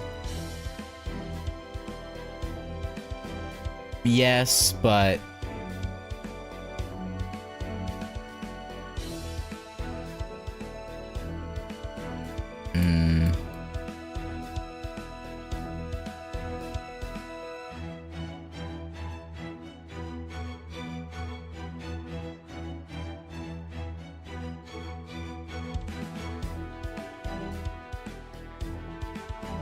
you know what? Let's go for a Stolfo.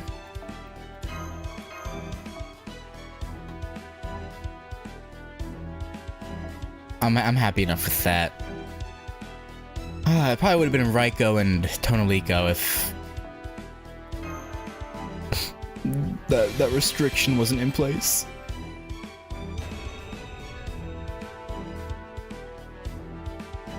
Sadly, these craft distances are only really good as like nice little bits of art to look at, because plus 10 friend points when you use this sport.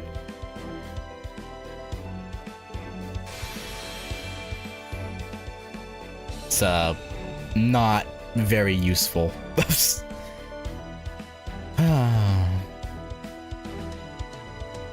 But hey, I should have read a still. Oh wait, it's just okay. The comments are just okay. Nothing special. Anyway, yeah. Guys, that's gonna do it though. I'll be back later to do the polls.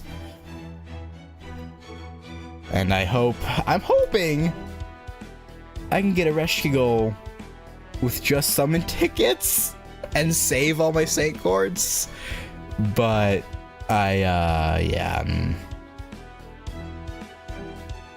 I don't feel I don't feel confident about that. But anyway, for now, that's gonna do it. Thanks for watching, and yeah, I'll catch y'all later. Peace.